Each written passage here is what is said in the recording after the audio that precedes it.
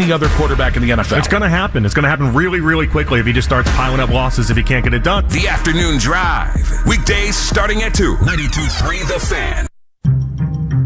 The Ken Carman Show with Anthony Lima. If Joe is going out there and he's hitting those explosive plays and he's not throwing interceptions and he's not getting sacked and he's not fumbling and he just so happens to win some football games, then I don't think that you can yank him out of there. I think you have to give this football team every possible chance to win. You can't sell losing to your fans. You can't sell it to your players. You have to be giving this football team every chance to win. There's a lot of pressure on Zach Taylor. There's a lot of pressure on the franchise because I think you've got a franchise that's starting to worry, are we wasting Joe Burrow? Are we wasting his prime years? Are we wasting a franchise generational quarterback if we don't get this thing turned around quickly? So I think there's a ton of pressure on the Bengals in this opener. It's funny, I was talking to somebody who has seen them this preseason, who has seen the Browns a few times over the years, who felt like this is the most disciplined and best coach they've been through training camp in the preseason. Last year was a disaster on every front imaginable in the Dallas game. And I was talking to guys halfway toward the end of the season who said, oh, we knew we were not ready for Dallas. People outside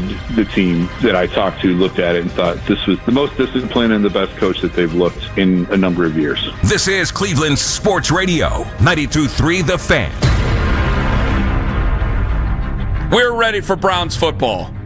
But first, people spitting on each other.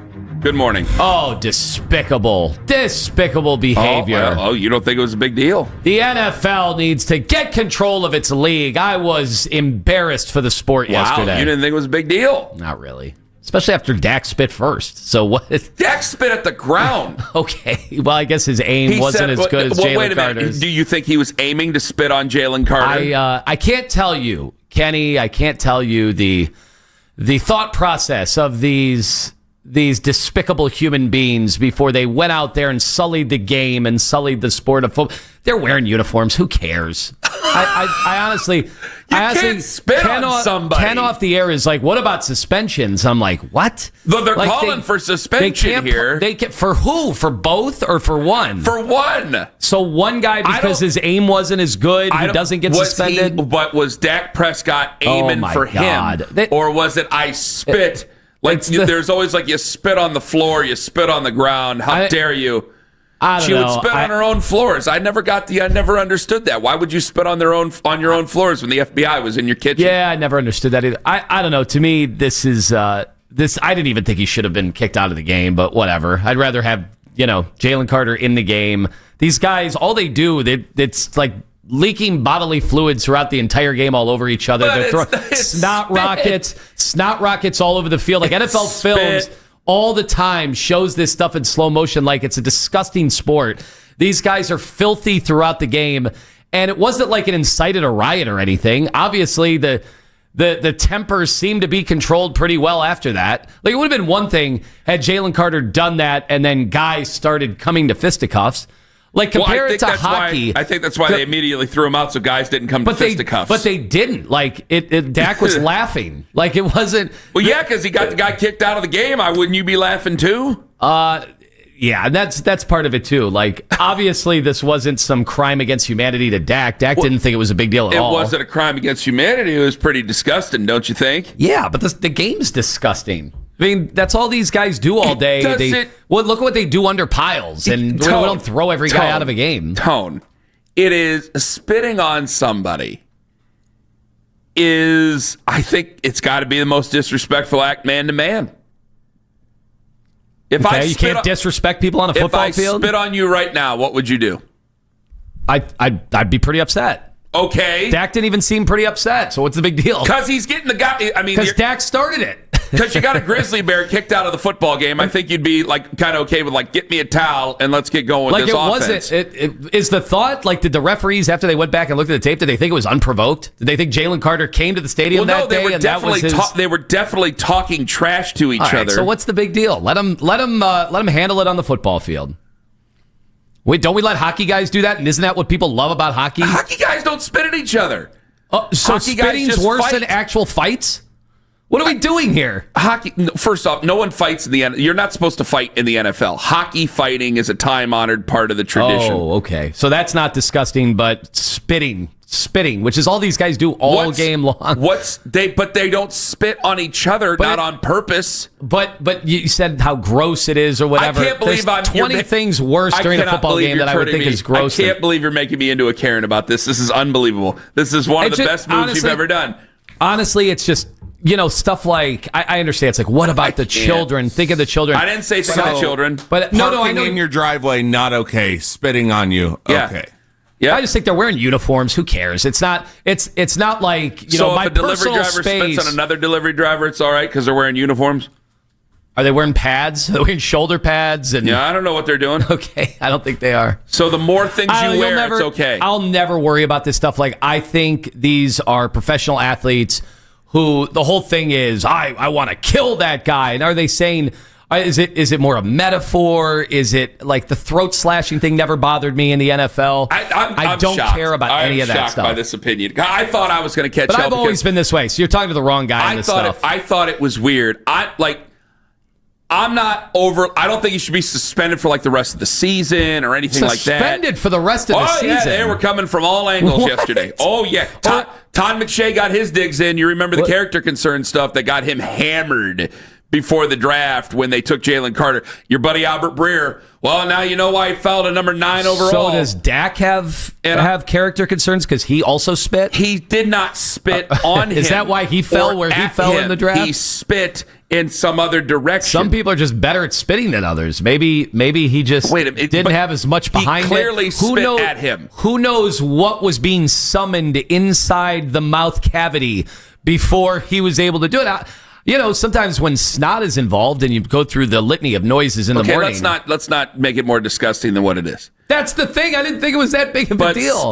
These guys bleed all over each other and wipe their blood on each other. No, they don't. They don't do that. No, You've never seen blood on a Haven't you seen a defensive end and an offensive tackle cut each other's palms, shake hands, blood brothers style? What is this idiot saying? Am I the only one hearing this stupidity over here? Why I haven't really chimed in. I'm just never going to care about this. Because you're just hearing stupidity? Yes. I think there is so much fake outrage all over the place. I'm not outraged. What about the children? What about Friday nights? But that's what you're implying. No, I'm not. We've got to get a hold of our sport. If I wanted to say it, I would just say it. This otherwise clean sport that we have in football. Man to man, stop. You're being very obtuse I think any talk of a suspension, what? I would have even thrown him out of the game. 216-474-0092.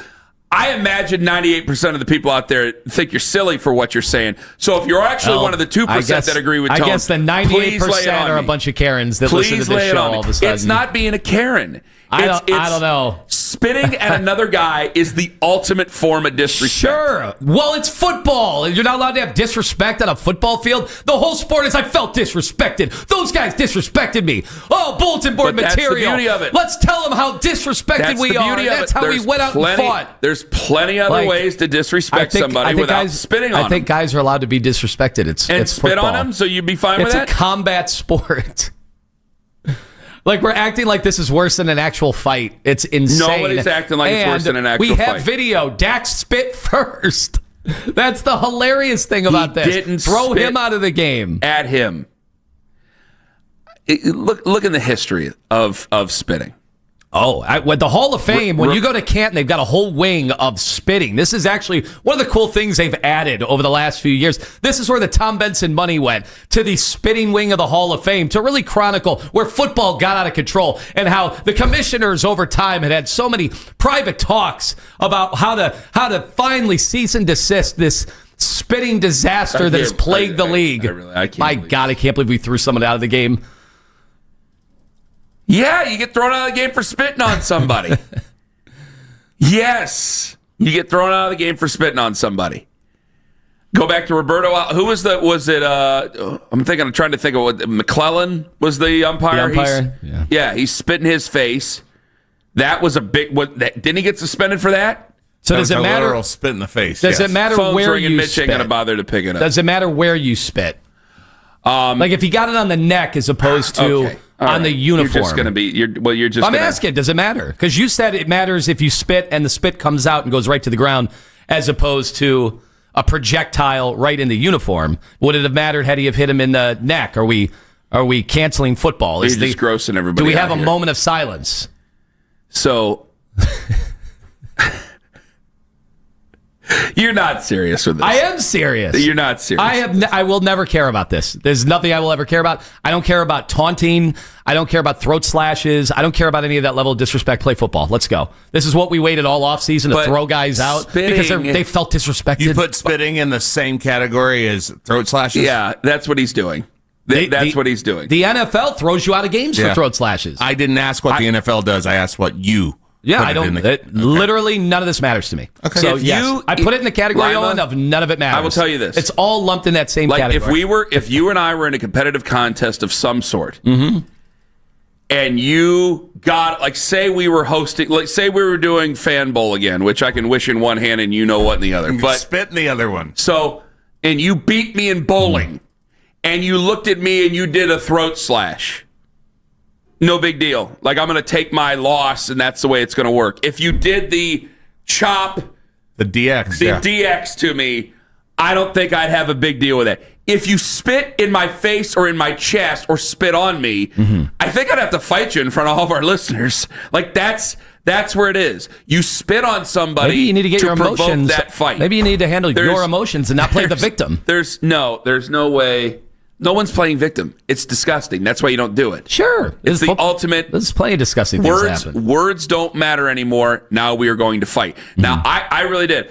Dak didn't seem like he cared at all. I didn't draw the because he got the guy kicked out of the game. Why would he care? It seems like no, but there's a visceral reaction when guys feel really, really like it's provoking. And he didn't have that. And Dak Prescott knew, watching him, and he did not care. And Dak Prescott knew that the entire country saw that, and that Jaylen Carter was going to get thrown out of this football game, and then Jaylen Carter did, and Dak Prescott got what he wanted out of it, because now he doesn't have to worry about a grizzly bear playing in an A gap against him. People are noting that Dak started it. They are but showing I don't think that he spit on, when you don't spit on him, if you go, Lima, I disrespect you, and I spit there, that's one thing. If I spit on you, I swear to God, I expect the next thing I'm supposed to do is defend myself from you hitting me. I am stunned you care this much about it. There's a great football game that came down at the end last night. We're 14 minutes in and you're still talking about how disrespected a player is. Who started it? Because I can't believe that you're doing such a low level about it. Imagine my face that you probably want to spit on right now. Imagine my face that I'm still watching you and you're acting like this matters. You're acting this offended. He got thrown out of the game. Yes, it's the only thing that people are talking about. And he shouldn't have. Yes, he should have. Oh my God. You can't spit on people. 216-474-0092. Eric in Akron. Eric, hello. Good morning, Ken. You are all wet on this one. I agree with Tone completely. You got to be kidding. I will even make a case here. You're saying that spit should lead to somebody being thrown out. It's entertainment. In WWE, they hit people with chairs, and that's entertainment. That's predetermined. That's predetermined, and they don't hit people with chairs in the head anymore. I know. Lawsuits. Tell Rampage. Tell Rampage Jackson's son about premeditated stuff. Well, they want him facing murder charges. Well, that's on a different. I know about that. You think I don't, but I do, because I listen to some podcasts, and I know about that, and that's not necessarily the same thing. You're talking about something, Eric, that's predetermined. By the way, with Bret Hart and Vince McMahon, when he spit at Vince McMahon, was that predetermined? That was off script. That was off script, brother. My whole point here is for himself. They're both entertainment. They're both something to watch to entertain you. We don't watch it because I don't know. I just feel like it's both entertainment and some guy spitting at somebody or getting in a fight in hockey or whatever. It's all part of the show. All right, Eric, thank you very much for the call. Now, were you entertained by it yesterday, Ken? Seems like you were entertained. Well, I mean, we've talked about it here, and I'm entertained by arguing with you. I can't believe what you're saying to me. Dan in Cleveland, hello. Yeah, I agree with shouldn't have got kicked out. guys are making this game too soft as it is already. So what? A little spit, a little blood. So wait. So you're telling me if I'm playing you in pool, I play you in pool. What do you like to play? Do you like to play pool, darts? What do you like to play? It's okay to lose, okay? What do you like to play? This one today. What do you like to play? How did I lose this one? I want to ask you this, Dan. Dan, I want to ask you. Let me ask you. See, this is a real man on the phone. Let me ask you. Real man. It's good to talk to a real man finally on this show. A real man. So Dan, men being men here. I'm Karenizing it. Dan, answer the question. What do you do to recreate? What do you do to recreate? Ken Carmenizing it. What do you do to recreate? Karenizing it. That's it. Yeah. What'd you say? What do you do? That's a Ken Carmen in classic. your free time? Do you play pickup basketball? Do you play darts? Do you play pool? What does me playing sports have anything to do with I want to ask you a question. I agree with the fact that he shouldn't have got thrown out the game. I want to ask you a question. I mean, you guys are making a game. But when you spit on somebody, you have crossed the line. Sound soft this morning. You have crossed the line, Dan. I mean, it's no big deal. They bleed on each other. They sweat. They don't do that on purpose. It's a visceral game, man. It's a visceral game. Sometimes spit flies, sometimes words fly. No big deal. You guys are Karenizing the game, man. The game we love. This is what insane. have they done? This, you know what it is? This is insane. This is the woke community coming to take our sport. It's very sad. Finally, I agree with Clay Travis. Will and Chagrin Falls. Will and Chagrin Falls. You're next up on the Fan. Hello. What's going on, man? Hi. Man, listen here. I don't care about no entertainment. I don't care about none of that. This is a man-to-man thing. And if you spit directly on me, guess what? It would have been two players not playing last night. Because if I was that, I don't care how big he was. I had to took an ass kicking. Because you're not about to spit on me on national TV. First game of the NFL season.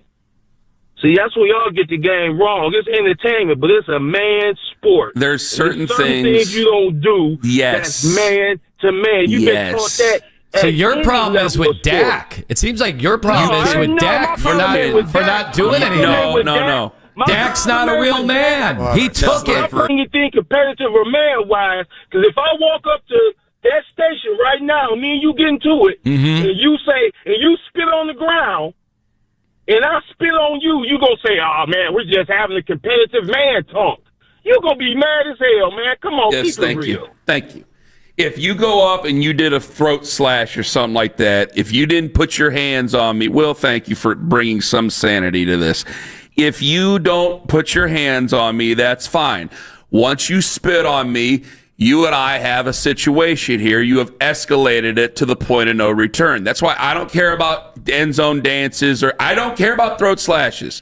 I don't care about horns down. I really don't care. What do you think about the whole guys like what was David Njoku doing at the beginning of his career, where they were basically just pulling out bazookas and hand cannons, and it was like Dirty Harry out there. Fully automatic with a bump stop on it. I didn't really care about that. But it's like, was this when you worse? Spit on somebody, it's an ultimate disrespect. Was this worse than Myles Garrett taking a helmet and slamming it on a quarterback? Is this worse?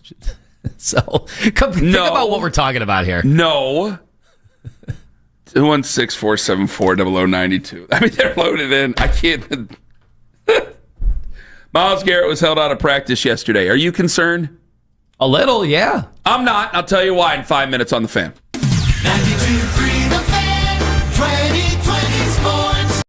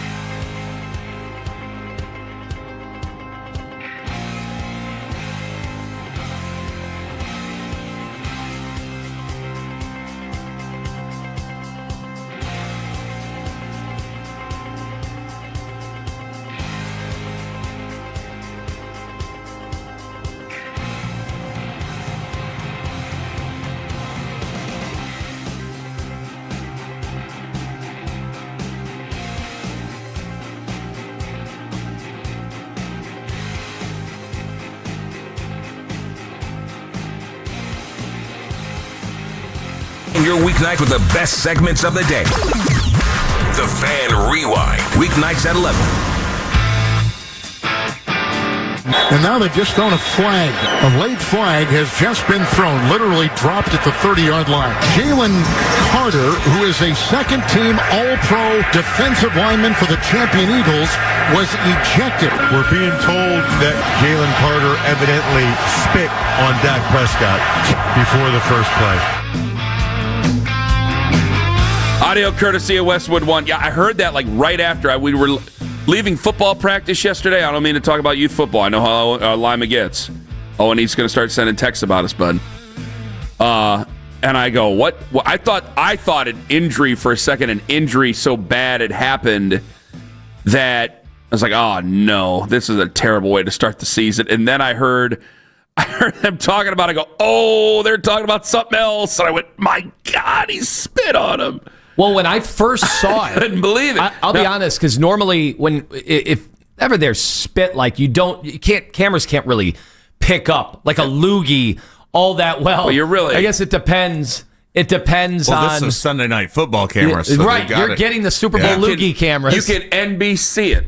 Yeah. Remember that feature they have? Yeah. Yes. Oh, yeah. So it depends on what kind of, if it's become a compound, if it's the actual structure of the spit. But you gotta stop describing it in such vivid detail. Well, I swear to God, I thought we all know what it looks like. I thought he was just like a wrestler spitting gum out. Like that's how you could crystal clear see it at first. Like he was Mr. Perfect getting in the ring, getting ready to defend the IC belt. That was always a great move. What a great move. Oh, man, we used to see how far we could hit the gum. I got a real good swing. Worse is when you miss. You're like, I'm sorry. That's embarrassing. Yeah. I'm sorry, Mr. Perfect, R.I.P. Jaylen Carter did speak about it. We're going to get to Myles Garrett here in a second. Jaylen Carter was asked about it.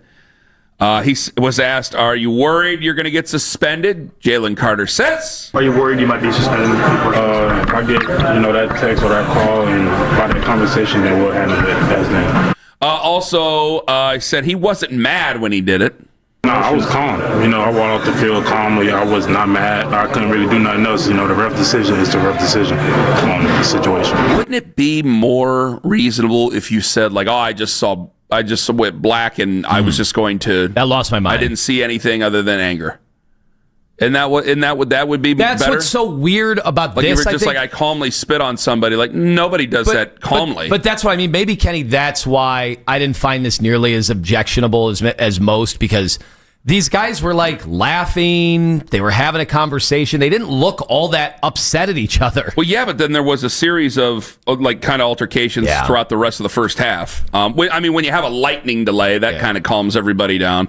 But at the end of the first half, there was several skirmishes as the game went on. There is precedent here because John McClain's like, I've never seen anything like that. And I go, well, no offense to the general, but I think the general just doesn't remember. Because I do remember, and I bet Owen might, you might, because I went, wasn't there a time where Bill Romanowski spit on J.J. Stokes on Monday Night Football? And he did. And I remember, well, that one had all sorts of, I remember because, God, Sports Talk Radio the next day, it was a whole thing about the racial component to that and whether Romanowski had said anything. That's and right. I remember that. I remember that. And nobody really, after the fact, nobody really verified that at all. So it almost reminded me of the Myles Garrett, Mason Rudolph thing. What was said? What was said? So he, in this situation, because I remember there was like a play to the sidelines, and as they were coming off the sidelines, Romanowski spit at J.J. Stokes, who was supposed to be the next Jerry Rice, and whatever. But Bill Romanowski was fined $7,500, and he apologized. This is an article from the AP from 1997. Said he apologized. Then he tried to apologize personally. He and J.J. Stokes shared the same agent. There's no, as far as I've read from last night and today, I did not find a suspension for Bill Romanowski. Now this is the 90s. It was when men were men. Ken. Sports Center in the 90s was. Here's Dan Patrick and Stuart Scott, and this is what happened, and that's about it. Mm-hmm. And they would replay Sports Center all day until 4 o'clock. Now, when you get opinion shows starting up very early in the morning and we are in a 24/7 cycle, I wondered if, like, I don't think Jaylen Carter, I saw some of the stuff about Jaylen Carter being suspended for the rest of the season. I can't believe that. I thought I was going to get yelled at for not caring enough. I couldn't believe that you didn't care at all. I go, this is, he's assaulted his person. I'm like, 2 games, 1 game. Heavy fine. Admittedly, part of it is cost him $50,000. Take $50,000 out of his pocket if you want to. I'm not sure the fine structure. I don't know the fine structure, so I can't just willy nilly say any money. I mean, I don't know. They probably have a structure for this, but whatever the max structure is for how many infractions he's had on personal fouls and all this other stuff, then yeah, take that out of his paycheck. Maybe you can suspend him for a game because it is disgusting. It did happen on the first game of the season that's watched by everybody on Thursday night. That was a big part of it, obviously. High-profile player. If this is just a 1 o'clock game, if this is the Bengals and the Browns 1 o'clock on Fox with the C team, like, no, I don't. Well, now it is a big deal if it happens with the C team because it's already happened with Jaylen Carter, but I agree with you. Like, if there's a spit, let's say, like, all right, let's see where we go from there. But I would imagine there's going to be, like, so I don't know. Like, I thought like 4 games might be reasonable. I'm like, I don't know, 4 games a lot. That's a lot. Technically 5 because he was out from the beginning of the game. A game, heavy fine. You're sorry. We all move on. Like, that's kind of the way I did feel about it. After this whole big fight about how big of a deal it is, it's a big deal. Those things lead to sorry, man. If that's just the rules. Like, if Owen spits on me or I spit on Owen, it's time for a fight right out there in the hallway. That's just the way it goes. I see people saying that, and one of the callers said if that happened, this is on a football field. These guys are millionaires, multimillionaires, and all they do is talk to each other the entire game. All they do is disrespect each other the entire game, and then afterwards they switch jerseys. Maybe they swap spit. I don't know what they do after the game. But in the end, I like to say vials of blood with each other, like Billy Bob Thornton and Angelina Jolie. This is the ultimate sign of disrespect. Yeah, football. These guys, all they do is rip on each other and use really bad language the entire game, and then afterwards they shake hands. Like, it's not real life. Stop comparing this to real life. You're going to kind of love what I have to say about this when it all comes around at 6:45 about what I heard Jamar Chase said in his press conference yesterday, and it kind of goes with what Denzel Ward said back on Wednesday. Myles Garrett was held out of practice yesterday with a hip issue. I'm not concerned. At least I'm not concerned just yet. I think we've kind of got to know, like, this is kind of how it goes. In a lot of ways. Now, it was a surprise when he wasn't out there, and a lot of people are going, well, where is he at? Where is he at? What's he doing? And I just figured, Myles is Myles, and he can be a kind of a mercurial figure. So I figured he'd be out there later, and then we would find out he's got a hip issue. I still don't believe his status is in any sort of a question for Sunday's game, and I may have to change my tune this afternoon, but I don't think I will. I think he'll be fine. So help clarify, if you guys know, was he not even there? Like, they didn't see him during the open portion of practice, and as far as we know, he didn't participate in much of practice. So there's a hip issue of some sort. I'm sure we'll get more clarification today, but as of what it was when, because they're there for the stretching in the beginning of the group sessions, the individual sessions, and then they mush the media out of there. So they're out there, and they're always counting players. Which numbers are they paying attention to? That's part of the job. And when you don't see 95 out there, you kind of walk around and go, do you see him? No, I don't see him. Do you see him? Okay, Myles Garrett ain't out here. And then that conversation persists about it's part of the job. And if he has a hip issue can be a big deal. Obviously, ask Bo Jackson, for crying out loud. But I don't think we're anywhere near Bo Jackson territory. I think we're probably miles and miles and miles away from it. Excuse the pun. I'm just not concerned as of right now. Yeah. Well, I heard, I guess yesterday was the day to make all sorts of guarantees about this game, because this is what happens. You get excited about the opener. I think if this were a game, if you were projecting, 2 teams that weren't the Browns and teams very well, the Bengals, I don't think a lot of people would be, guaranteeing victories for the Browns. But I have to say, like, if Myles didn't play, like, I think that throws the point spread into a different direction. Like, that's how big, that's how significant. The only reason I thought the Browns had a shot in this game was Myles. So I'm glad you brought this up. Their offensive line over there ain't that great. Our offensive line is, I think a lot of people would probably find it rickety because they're a little older. and you got guys with an injury history there, our offensive line is far better than the Cincinnati Bengals offensive line. If you, though, take Myles Garrett out of the equation, then it's Mason Graham getting double-teamed again. Then it's more on Isaiah McGuire. It's more on Alex Wright. It's more on, again, your rookie and Malik Collins. And all of a sudden, it becomes a lot more manageable for them to move down the field without 95 out there. So part of it is like a hope that he's able to go, but I'm 95% confident that Myles Garrett will certainly play and probably play well on Sunday against the Cincinnati Bengals. We might find out more with Daryl Ryder at 7:45. Maybe he has some inside dope for us that we could find out. Also, speaking of guys battling through injuries, Joe Thomas will join us on the show coming up at 8:01 this morning. Ken Carman, Tone Master General, and this might be the best kind of rivalry in sports that a guy like me doesn't even notice. Ken Carman, Anthony Lima, take us with you to work on the absolutely positively free Odyssey app. Watch us on YouTube for also absolutely positively free at 92.3 The Fan. When there's news that affects the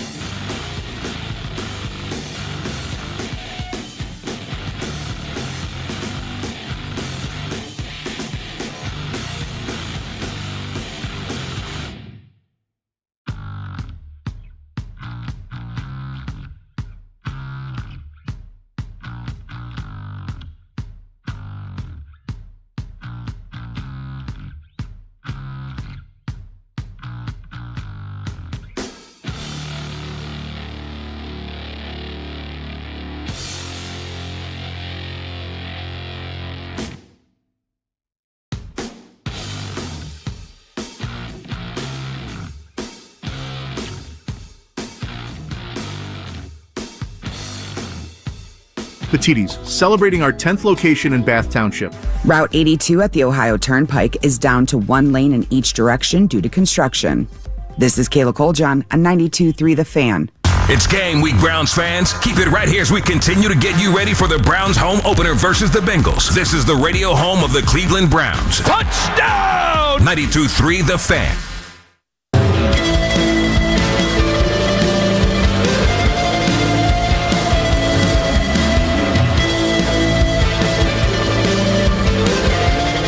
Joe Thomas coming up at 8 o'clock this morning.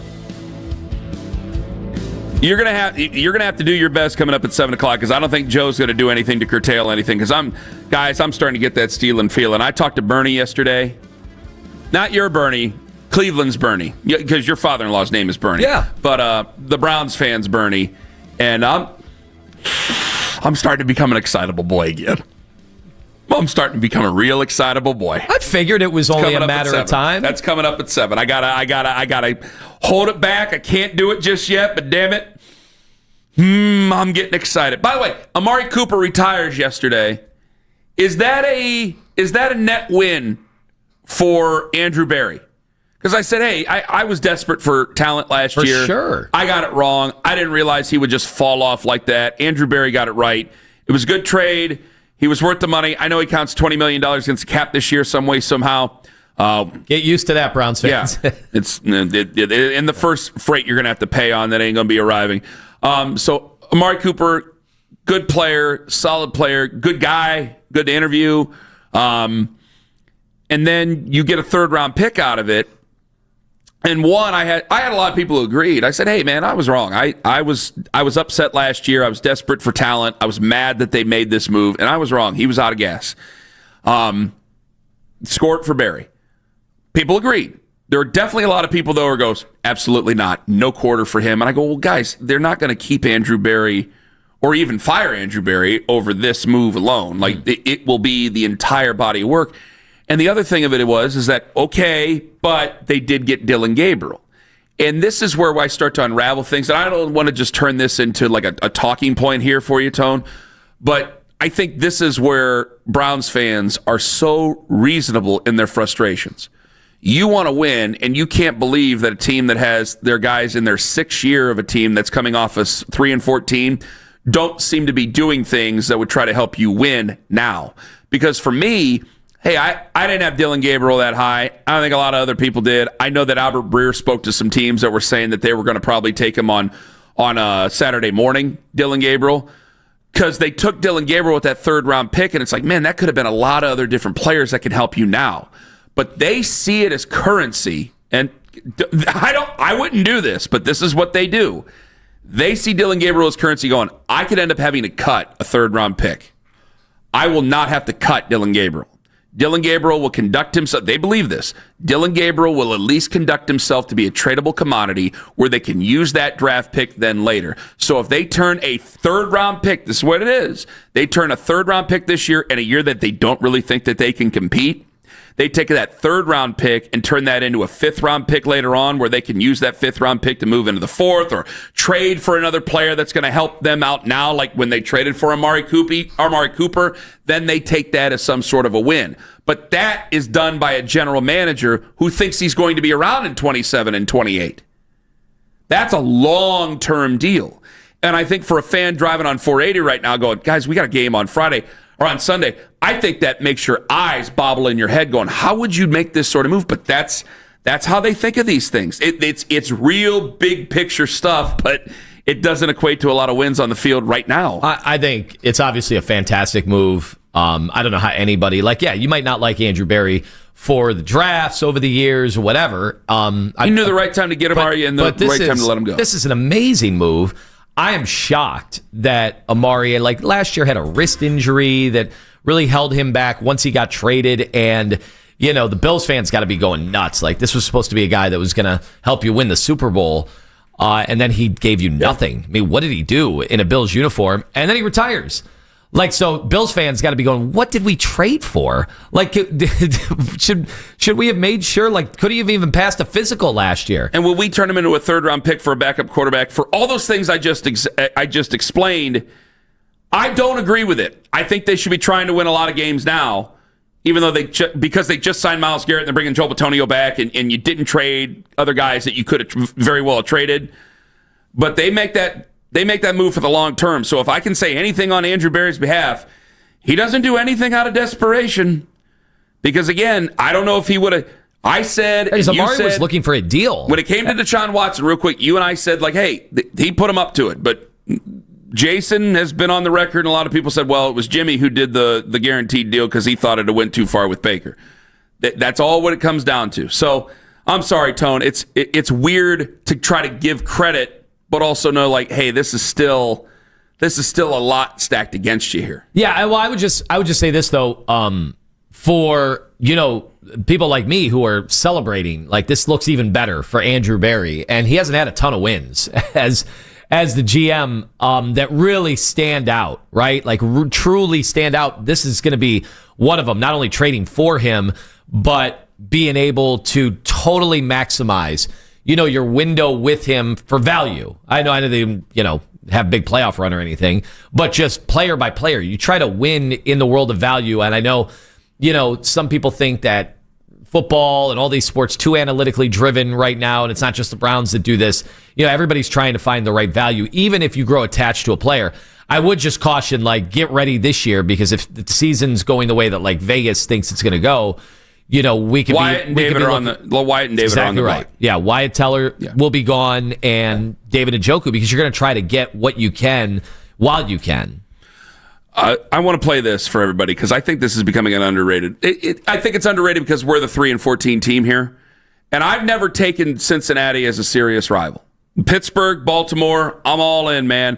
With Cincinnati, I've never really paid attention to. Denzel Ward, though, man, he's writing some checks that I think only Denzel Ward might be able to cash. Listen to what he said on Wednesday about Joe Burrow. This is the National Football League. Like, those guys get paid as well. They may make some plays, but that's not going to determine the entire game. You got to come out there and play hard and continue to try to get the play back. But I definitely want all the plays and throws that come my way. I like making plays on the ball and being a factor in the game. So I'm looking forward to going into the game, and, hopefully they target me a lot. So go send Joe Burrow some text, tell him to throw at me, and, go from there. So I'm going to enjoy it.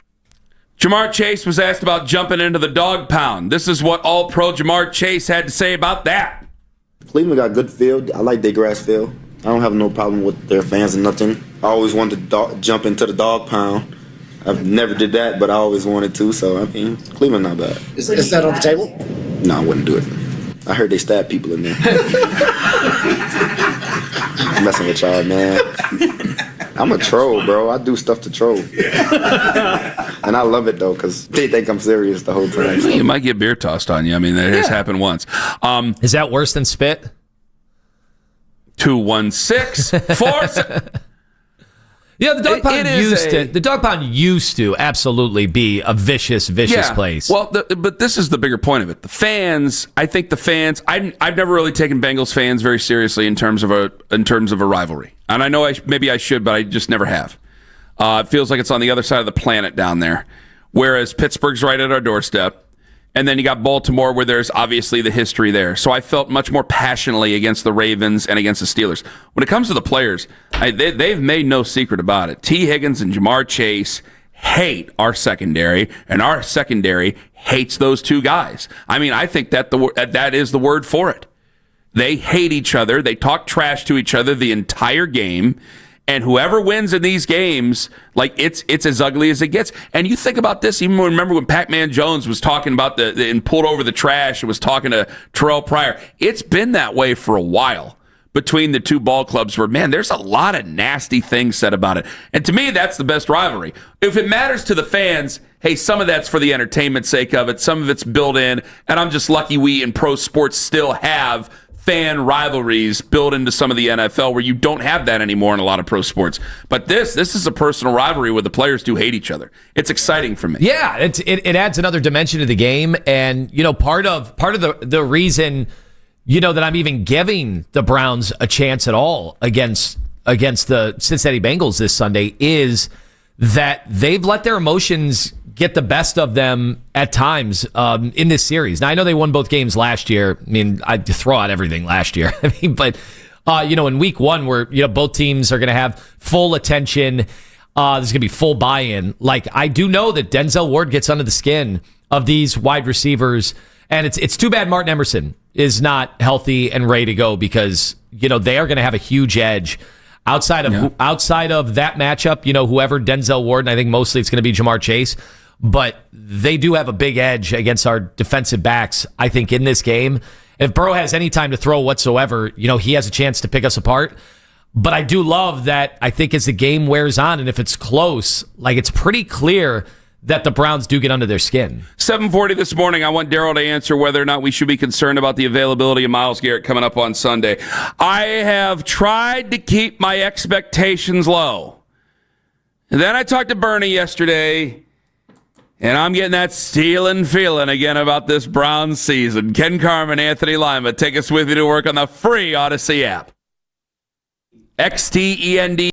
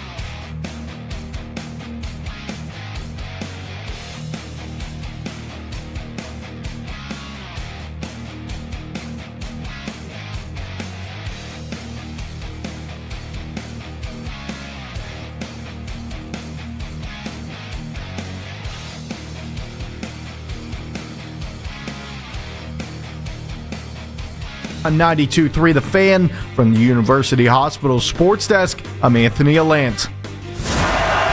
All the Browns and NFL news you may have missed at work. The Afternoon Drive. Weekdays starting at 2. 92.3 The Fan.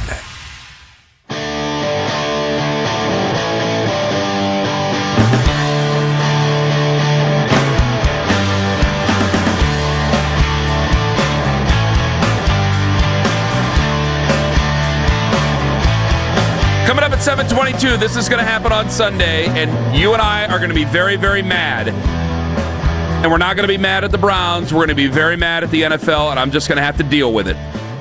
Because it's going to happen Sunday afternoon. I'm willing to bet a lot of things. I won't bet Ginny the dog. I might bet Lima's new cat. I'm willing to bet a lot of things. It's going to happen on Sunday, and you and me and everybody, we're going to be fit to be tied. I'll tell you what that is coming up at 7:22. Joe Thomas is going to join us at 8:01 this morning. He ain't going to be mad when he joins us on the show. Of course, there is one bone I have to pick with Joe. You don't pick many bones with a Hall of Famer. I got a bone to pick with him. Bubba Ventrone was talking yesterday. He says there's been a culture shift with this football team. I see it amongst the whole building for our team in general. I think everyone's holding everyone more accountable. I definitely see it in my unit as well. I think we've had better leadership amongst our core group. Guys like Winston Reed, DC, adding him to the unit. He's been vocal in meetings. Corey's done a better job with that stuff. Obviously was voted captain. He's had a really good offseason in training camp. So I think that we've grown in that area. I'm really excited for, our group. Can I just get something off my chest before I go asking you another thing? This is what makes me hate the move for Deshaun Watson so much more. Tiptoeing around, soft camps. I mean, Bubba Ventrone says that, and I go, well, where was that last preseason? Like, how much have we done for a guy that will never, ever pay that freight off? Think about that. Does that make anybody else sick, or is it just me? Does it make you sick? It never made sense to me. The only time we've ever seemed to have some sort of a culture is when he ain't playing. Yeah, I remember when we caught wind last year. I remember Jason Lloyd had brought up stuff that he had heard about how they couldn't coach Deshaun the way you're supposed to coach. And we noted that from the get-go. Like, I remember the game ball when he threw for like 170 yards in a game, and I'm like, we're just giving it away. Like, we feel like because we already gave him the money. It almost comes off like daddy ball. Right. And youth right. It was sports. so bizarre to me. What are we doing here, guys? Their handling of Deshaun was so bizarre to me. I know we're getting towards, this year and this team, but I think it's important to draw the contrast to understand, like, that these guys are all talking about how camp has been different. Like, why couldn't they coach? What were they worried about?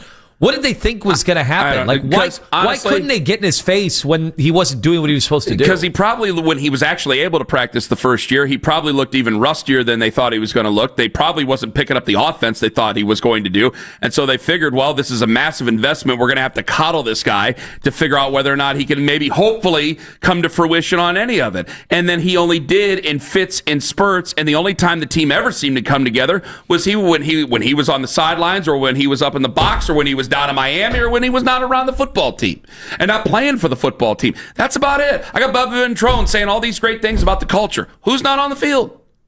Who's not on the field? So the last 4 years of this whole thing, not gone very good. I want to get that off my chest, though, because I got to focus on Sunday's game. And I hear what Bubba Ventrone says. You get a little excited even though the special teams group wasn't good last year. No, they weren't. Wasn't very good last year.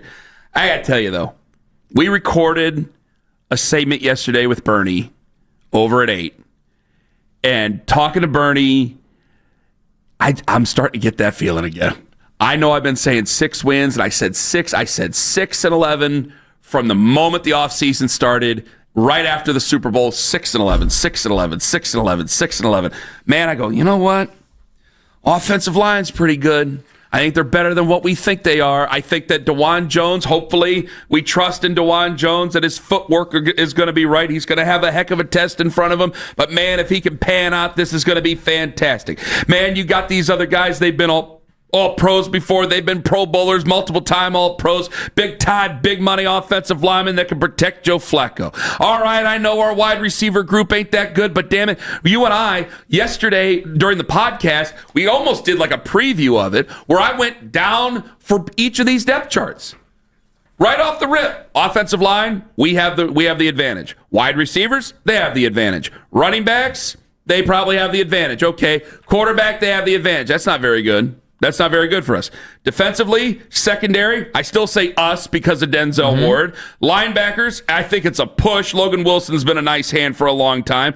But when it comes to defensive line, hey, B.J. Hill's pretty good. Trey Hendrickson's a worthy player, but I give our defensive line the credit there. Special teams, I guess I'll take Evan McPherson, even though the shine is worn off there for so many ways. This is supposed to be a team that's playoffs or bust right now, and I'm like, man, this is kind of even the way I look at it. And then seeing the way that Myles Garrett can, because I think he's going to play on Sunday, and we'll find out more on that coming up with Daryl Ryder at 7:40 this morning.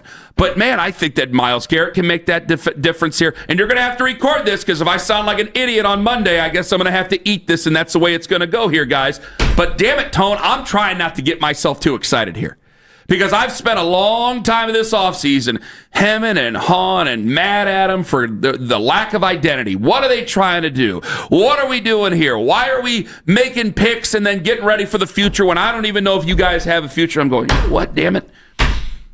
This thing starts out right, and they can control this where they turned over the ball, 37 times or something like that last year, 34 the year before. I might have them mixed up. They were dead last in turnover margin at minus 22 last year. If they can eliminate the turnovers, line up and run the football, Joe can play respectfully enough to give you enough space, they can complete some passes, play good, strong defense the way they did 2 years ago and the year before that, damn it, maybe this could be. I'm not saying playoffs. Could we be in the hunt in December? Like, my mind is starting to go to that. I'm starting to do it again. And if people think that I'm being a fool, I need to be told that right now because my emotions are starting to take over. Well, I don't think it's that you're a fool. Like you went up and down the roster, and I agreed with everything you said. You did. The only thing is, like, Burrow is a massive edge over Flacco. He is. But against the Browns, he hasn't. Burrow has not been Burrow. Exactly. Yeah, so I totally get that. And there is a formula. And if the season starts off okay, it's like, all right, I know if I get past Cincinnati on Sunday, we're going to be coming in here on Monday. I'll have a bit of a hangover. I'll be excited though and power through the hangover. It's going to be a good time. But then you got Baltimore ready in week 2 to punch you right in the face, and I know it seems like a very tough schedule at the beginning of this.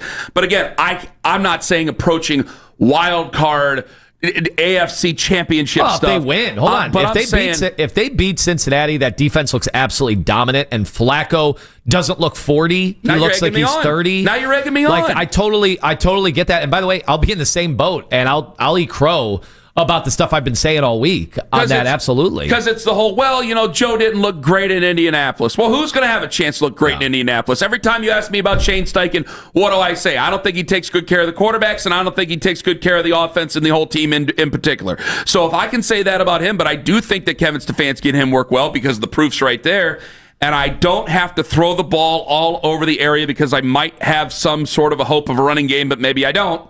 Got to find out on Sunday. It's going to be a big deal. Yeah, maybe I can grind it out and get to 8 wins. I'm hoping. Now, I think there's a lot of people who say, Kenny, you're wasting your time because you got a 40-year-old quarterback, and that means you're probably not going to see a lot of the young ones. Okay, but I do want some semblance to get excited about because you know where I stand on losing on purpose. I don't think losing is going to ever fix a culture, and culture's a big deal for a lot of fans there. So maybe I'm waiting for somebody to talk me out of it, and you're not doing it for me. No, I you're like looking over there at the stats, and because I don't think you want to. If anybody wants to knock me down on this, I won't yell at you. I won't say you're a bad fan or you're a negative Nancy or anything like that. Maybe you are a negative person, but you talked to Bernie yesterday, and it wasn't like he was giving me some sort of a pep talk, but man, just so much of it made sense. And I'm looking at it, go, this is Bernie telling me here. Yeah. I mean, this is a guy who knows football. Well, part of it is you love that you're at home. You love that you have in your mind. I think there are people, because we have veterans. It's amazing how many veterans are actually on this team that have had successes against Cincinnati. So that is built in. It's not like they're going to come out and be afraid. And I think, tell you, Denzel Ward is what starts that whole conversation for me. I know Miles is Miles, whatever, and we expect him to play and everything. But Denzel, like, how many teams have a guy that is not concerned at all about going up against Jamar Chase and the Bengals wide receivers. Like, it feels like we've got the team throwing Greg Newsome there. We got the one guy. Greg Newsome as well. We got the one guy, and this is a put up or shut up year for Greg Newsome. Yes. Well, they've matched up well against them since that combo has been in the NFL, right? They're the one team that matches up well against them. Because believe me, as a Chiefs fan, the Bengals scare me. But as a Browns watcher, I've seen every Browns game for the last 15 years. I wouldn't be scared of Jamar Chase with the Browns secondary because they've proven it, right? But so you said your conversation with Bernie changed your outlook for the season, Ken? Because I'm going, man, 6 wins. I think 6 wins. Yeah. Right? And I'm going, what's 2 more wins? Well, is 2 more wins insane? If you line up and you play good complementary football and you mind your P's and Q's and you can just execute and get rid of these pre-snap asinine penalties, you can get to 8 wins, can't you? I'll agree with you that I think there's way more of a chance that they have 8 wins than 6 wins. It's either 8 or 3. There's going to be, they did it last year. I think it's the way you show they have it all set up for if the season's not going well, they're not winning anymore. They're not going to attempt to win anymore, and it's going to end up lower so that the draft picks gain their stock. Or they have a shot, they're in the real hunt, and they push forward to try to get to 8. You know, you got that. I don't think there's a point at 5 or at 4 even where they go, let's try to get to 8. We got 4 weeks left. Let's go try to get to 8 to finish with 8 wins. Like, no, because 8 and 9 is not going to get you in the playoffs. You got that athletic survey that comes out though, and this is what I don't want to waste. I know what you guys play in the NFC South. I know what you guys think of Kevin. I get it.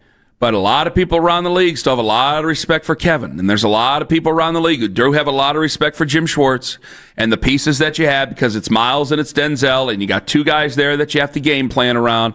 And most guys aren't going to be Joe Burrow, and most guys aren't going to be Lamar Jackson, and most guys aren't going to be Jordan Love. And that's a lot to deal with right at the beginning of the season, man. I know. But, man, I still got these pieces here. And I'm thinking, if you are a contending team, if you're around 500 by the time the trade deadline is around, you can't get rid of David Njoku.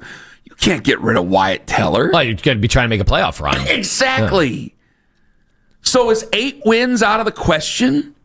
Do you think that this could be a better team than what the experts say? Do you think this could be a better team this morning than what even your initial thoughts were? Or are we just getting close to game time and now I'm starting to get excited because the season's here? I ask you, sincerely, guys, 216-474-0092. I ask you that question. That, and there's going to be something that's going to happen that's going to make you really, really, really mad on Sunday. And it ain't going to be at the Browns. It's going to be at the NFL. Ken Carman, Anthony Lima, live on the Fan. Daisy Dips.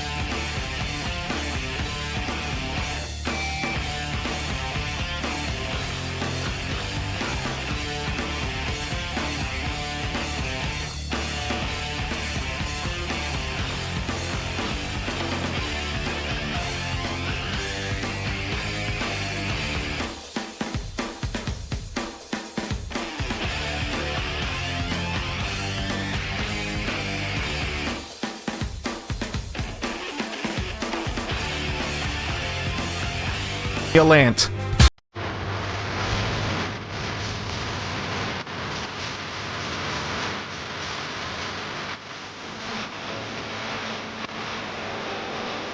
Sports Talk on the Fan, presented by Paramount Plus. You can count on, well, not a lot these days, unfortunately, but what you can count on, Sundays with the NFL on CBS and Paramount Plus. Watch your local NFL game every Sunday live on CBS and Paramount Plus all season long. Visit ParamountPlus.com/NFL to get started today.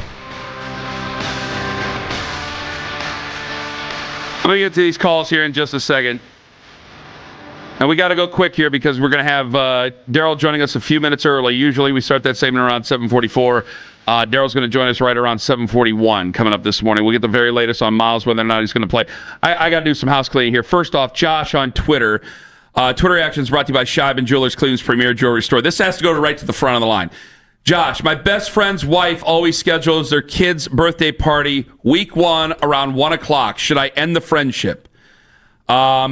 I asked how old the kid. He says she's going to be 9.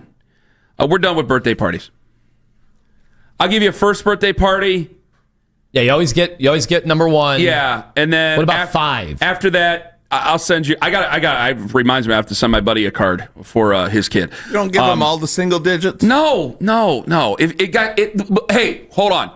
If you want to throw, because every day's a party in the Carmen house. There you go. If you want to throw, I've never had I don't think we've ever had a mass party. Maybe once for Axel when he was in preschool. That was it. We don't ever have anything like that. You don't do anything with the family. Oh, we have the family over, but no friends. The neighbor kid, maybe. That's how we are. I consider our family party the party. Okay. We don't have friends. Well, yeah, I can tell you, my wife... You can hang out with friends on a Tuesday. My wife rolls her eyes at the over partying. Like every year, we're going to do this every year. Like we're going to... Like my godson. And now we got to give gifts. My godson is in every year, and I sit there like Eric and Billy Madison going, we're going to do this every year. I mean, it's donkeys and pony rides and all the stuff. And I'm going, he's 6. This is not a significant birthday. Well, and 9, the one in question here that we're being tweeted about. Like 9. I'm just like, man, you get to a certain level and like, nah, I'll see you at the bar mitzvah. Like, we're done. I'm done. I don't need to, you don't need to come to any parties after a certain time, after a certain age. And that's 1. I should feel no obligation to come. No, wait, if you guys want to have cake and ice cream, knock yourselves out. I guess if it's understood, like, all right, there will be a room where the game is on, and we don't expect you, like, we're not going to be opening gifts at 1 o'clock. Like, we're not doing that. It's kickoff. It's week 1 of the NFL football season. I want you guys to feast your eyes on this idea, though, real quick, is that I shouldn't say this on the air, but damn it, I'm going to. So my nephew will have a birthday every year. And I'm like, man, it's out in Youngstown. It's like right after the season where you just get your Sundays off because Sunday's a work day.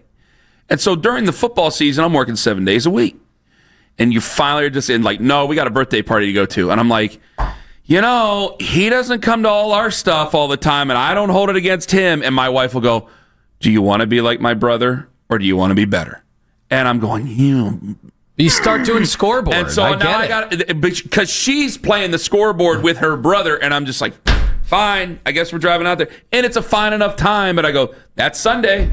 That's Sunday. Especially because usually the weather's bad, so that takes a toll on you. It's just no fun. Either way, yeah, don't feel obligated to go to the birthday party. I don't know what you send a 9-year-old girl. That's at 1 o'clock on Sunday. Yeah, I don't know what you send a 9-year-old girl at 1 o'clock on a Sunday, but whatever you send a 9-year-old girls.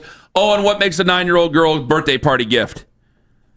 Barbies? Do Barbies still count? That's a little too. The painted rocks? Send a painted rock. Definitely never send a girl a painted rock. Make sure she doesn't throw it through a window. That's all you got to do. Other than that, congratulations, and I'll see you at the Sweet 16. Tamagotchi. Or the Bat Mitzvah, whatever. 216-474-0092.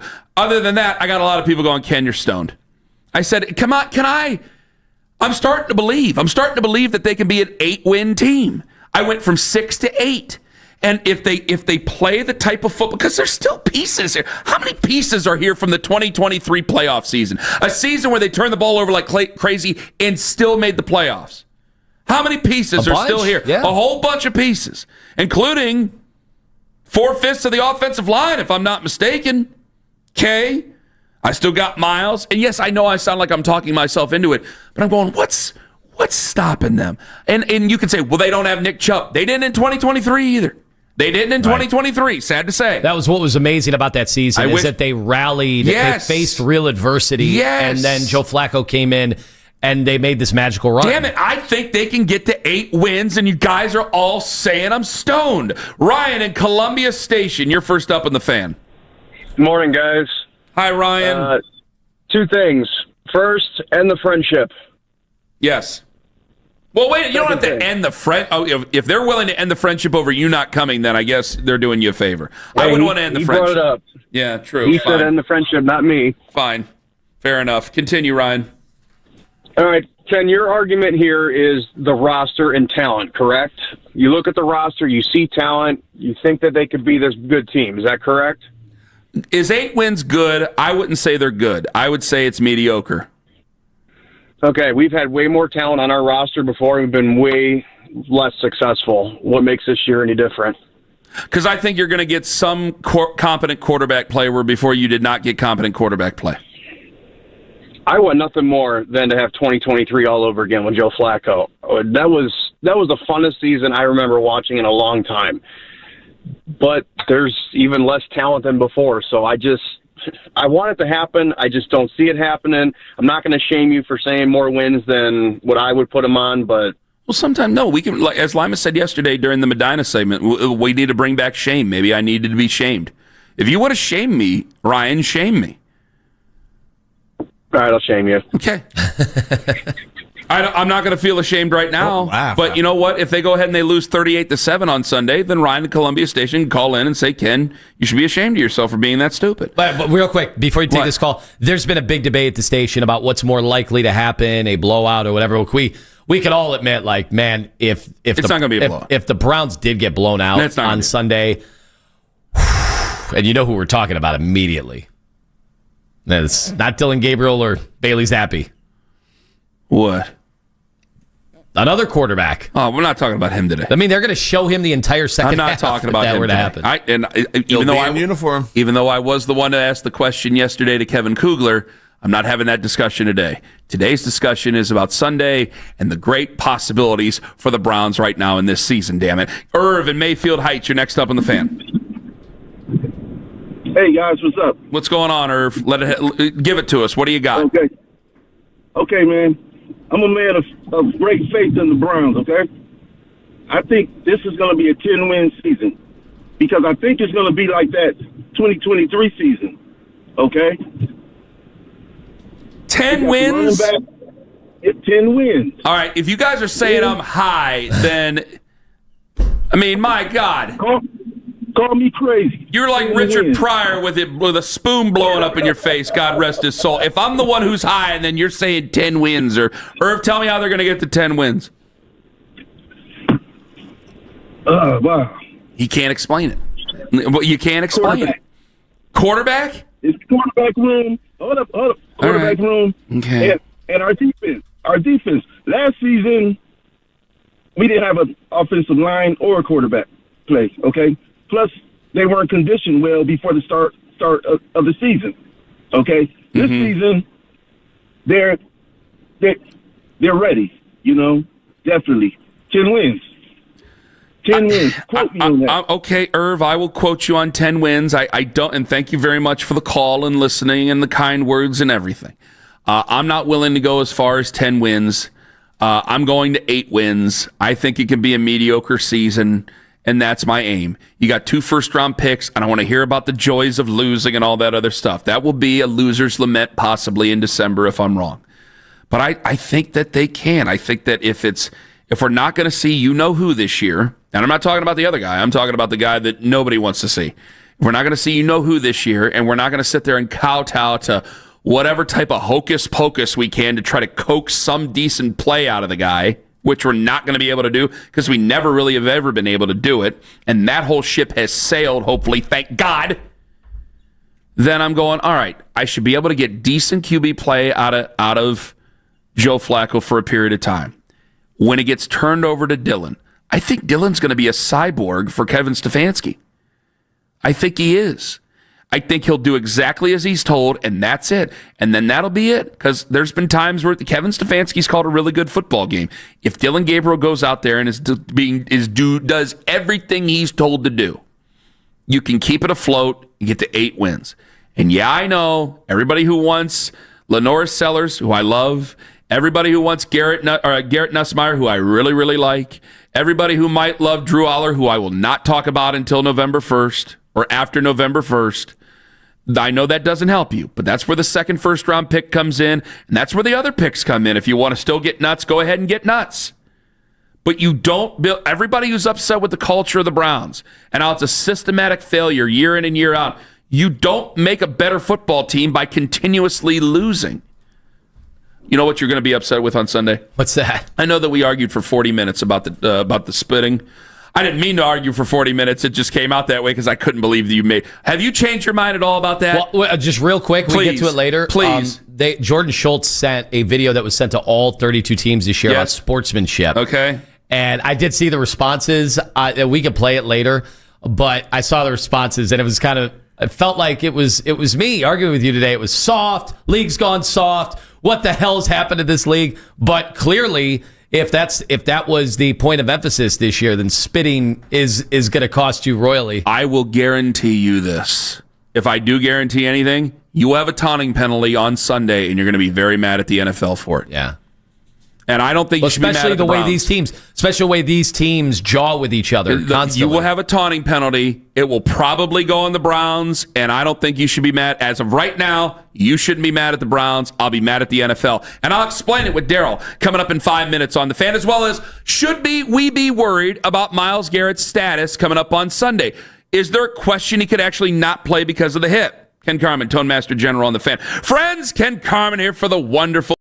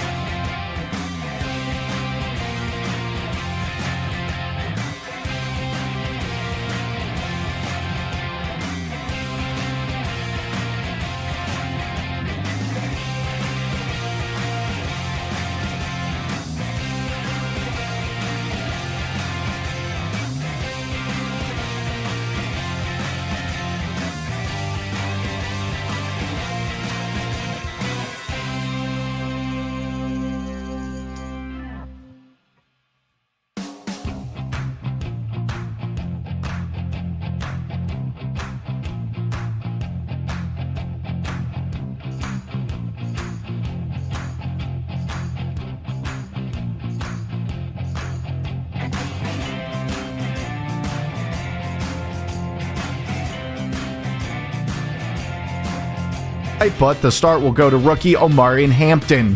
The 49ers added Christian McCaffrey to the injury report last night. The running back is dealing with a calf issue and was a limited participant in practice. McCaffrey is trying to stay healthy 1 year after he played in just 4 games. Headline sports news every 20 minutes on 92.3 The Fan. From the University Hospital Sports Desk, I'm Anthony Allant. Our defensive line is much, much improved over last year, and I think we've got back to our personality. That's a huge, huge thing for us because, it's hard to win versus Jamar Chase and T. Higgins and Yosevas and those guys with a quarterback like Burrow. So we have to win up front. Jim Schwartz. Getting excited about this damn defense. Getting excited for this team that could possibly, I said it's 6 wins all winter long, and now I'm saying 8 wins. I think they can win 8 games. Am I going to pick them to 8 wins? Should I pick them for 8 wins? I mean, that's almost double their Vegas season total. My buddy Kyle texted me. I forgot. He says Dustin Hopkins cost us 2 games last year. Mm-hmm. Okay, well, if 2 games is the difference. I was going to ask you, do we have a good kicker this year? I don't know yet. We're going to find out. Hopefully Andre Schmidt, who it just sounds like his... It always looks like his name's misspelled no matter what. It just looks like you took your hand and mashed it on the keyboard. But hopefully Andre Schmidt can change that. All I'm asking you is to help us win 2 more games. That's it. And then we get to 8, and then I'm excited. I know that doesn't get you much in the grand scheme of things, and some of you guys think I'm stupid, but you don't change culture by losing because you've been losing for 25 years and it's never changed your culture. Daryl Ryder joining us right now, brought to you by Scheib & Jewelers, Cleveland's premier jewelry store. It is getting dangerous. Hello, Daryl. Hello, boys. Happy week 1. It's wonderful to hear your voice. I've been looking forward to talking to you all week. And then we hear about Myles Garrett's hip. Oh, no. Daryl, are we going to see Myles Garrett on Sunday? I say yes, but I'm like, well, Daryl's our reporter. We got to get to Daryl. Yeah, I think we'll see him on Sunday. I'm not going to be too concerned about it. Myles usually gets a day off of practice anyway. That's just standard procedure. Same thing goes for like Joel Bitonio. So not too concerned at this point. We'll get an official update from Kevin Stefanski, and obviously the game status report will come out this afternoon as well. But I do expect to see 95 out there because, well, he pretty much owns the Cincinnati Bengals, right? I mean, the damage he has done against them over the years. Folks talking about Trey Hendrickson and some of the success he's had against the Browns. It's nothing compared to what Garrett's done to the Bengals. Daryl, the day off thing, like we used to talk about all the time because we had nothing else to talk about during a lot of the losing seasons with Joe Thomas, and we would get people complaining about Joe Thomas, but he was at practice. Was Myles at practice yesterday, or was he not there at all? He was not on the field during the portion open to reporters. Okay. But he was in the building. Yeah. And neither was DeAndre Carter, and then we later found out that DeAndre Carter, in fact, did practice yesterday. He apparently came out after we left, so... Okay. Wonderful to hear then, Daryl. Lima, do you have anything more for him? We have talked about Joe Flacco for a while now and what kind of season. Kenny was talking about optimism, that if he can actually play the whole season. We saw what the offense looked like during the stretch run a couple of years ago when he helped them to the playoffs. What's a reasonable expectation for Joe Flacco quarterback? Because I've seen various lists have him bottom of the barrel in terms of starters in the NFL. Right. Yeah, I mean, look, you've seen what the Browns have gotten over the years from the position, so anything better than that, I think, is a reasonable expectation.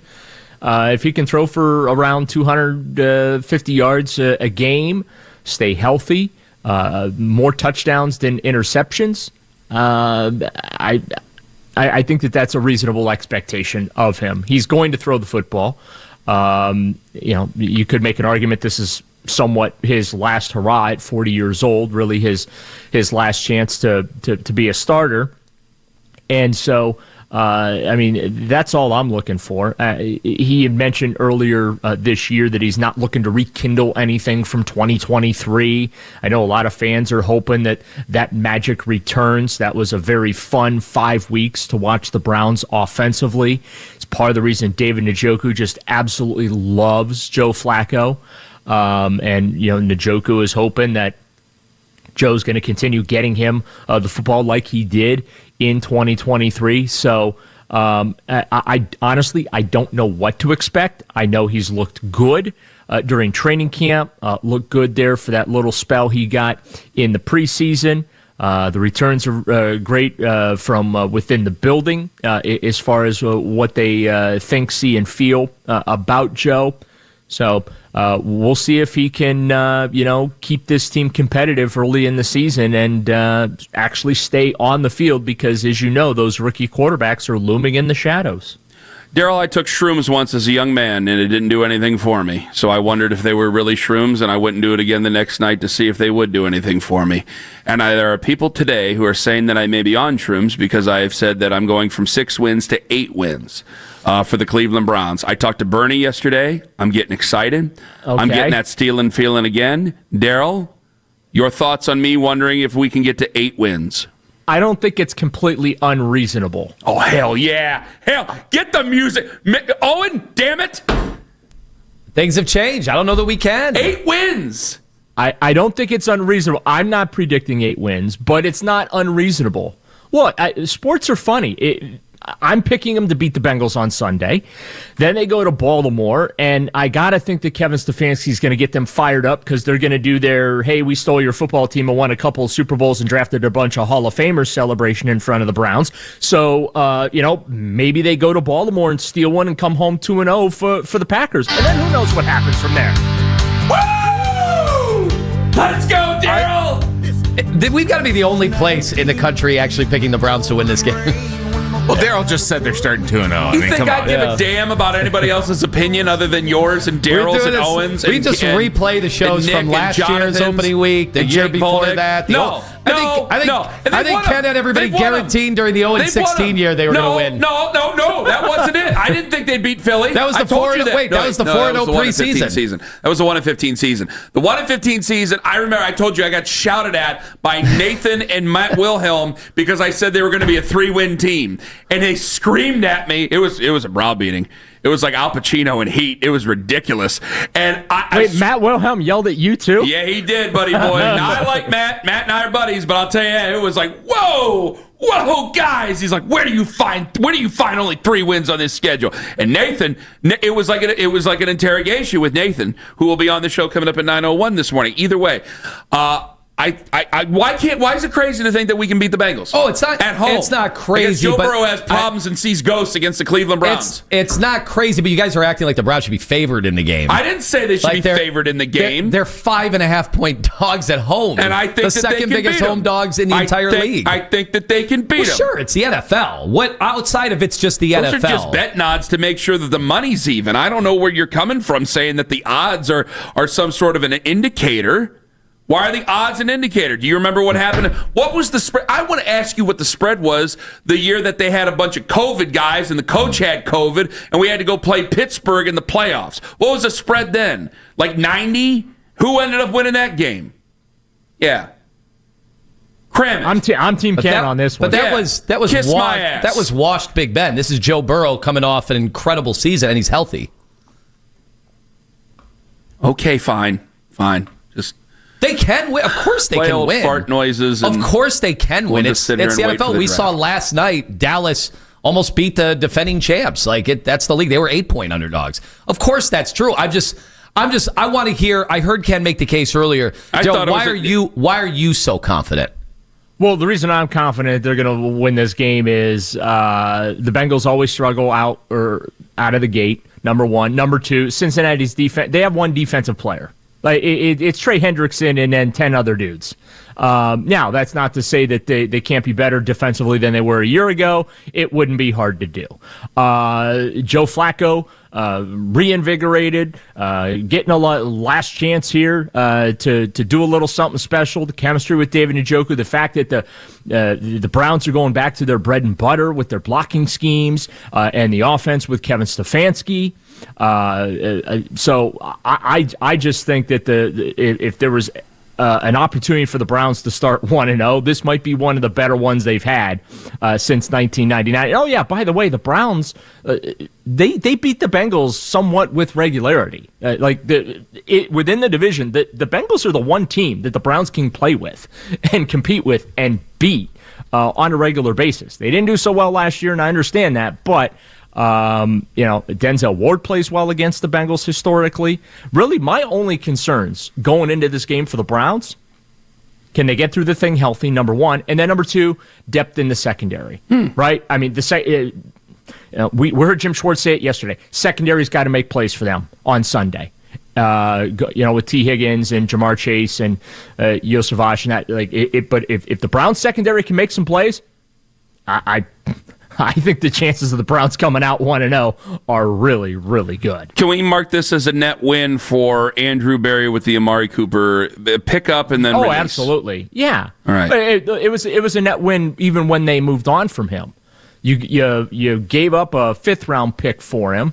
You got 2,000-yard seasons out of him. He's the first and only wide receiver in franchise history to accomplish that feat. You traded him for a 3rd-round pick. Yeah, that might be one of Andrew Berry's better trades. Well, in fact, I'd argue it might be one of his best. I just want to make sure, because it's like, Daryl... Who's saying it's a loss? Well, there's people who are just like, they don't want me to give him any credit whatsoever. Oh, well, I mean, okay. Well, yeah, but he's not going to keep his job over that if things go poorly. No, of course not. Well, look, there's I guess a couple of national publications wrote that Kevin Stefanski and Andrew Berry come into the season on the hot seat. Clearly, they've not really been paying attention to the way the Browns currently operate. They're leaning into how the Browns used to operate, and as long as these two men continue to work well together, Daryl, they're on the hot seat. They're not on the hot seat. They are absolutely on the hot seat. They're not on the hot seat. How are they on the hot seat? Okay, they go 3-14. You think they're saving their jobs? The 2 seasons that Kevin Stefanski got competent quarterback play, they won 11 games and made the playoffs. Give that man a quarterback and he can win. They're not on the hot seat. Hot seat. I don't understand how you think they're on the hot seat. I think every coach is on the hot seat almost every year in this league. Never mind. Certainly, if you think coming off 3-14, then that's a real compelling statement. They're lying. They're on the hot seat. Well, I guess Sirianno's on the hot seat in Philadelphia too. He just won a Super Bowl. What if I added he's under 500? Andy Reid's on a hot seat in Kansas City. He won 3 Super Bowls. What if I added Daryl? He's never actually been on the sidelines Mike coaching Tomlin's a team. on the hot seat in Pittsburgh, and he's 500 every year and loses in the first round. What if I added Daryl that he's never actually won a playoff game where he's coaching on the sidelines? He's under 500, negative point differential too, by the way, in his career. And if they lose again, it's 4 losing seasons. If you tell me he's not in the hot seat, what league are you watching? Man, I'm supposed to be one who's usually salty going into a season. Not you, Lima. Come on. What side of the bed did you roll out? I think today? If they win 6 or less, that's 9 wins in 2 seasons with no clear quarterback right now in their future. Why is there no clear quarterback? Kevin Stefanski's fault. Wait, you said they work together so cleanly. Are now they not working together? I thought they were thought companions. Why is that Kevin's Remember fault? that? Was it thought companions or what do they call themselves, Kevin? Thought partners. Thought partner. I like companions better. Come on, Lamy. If you're going to rip them and be sarcastic, get the phrasing right. Get him, Daryl. Get him. What did the assistant GM say this week? They're mulling over all the data points about their quarterback situation. Good luck with that. They're collecting as many data points as they can get. I love that. Collecting data. Get his ass. Yes, data points are important. I just caught another one.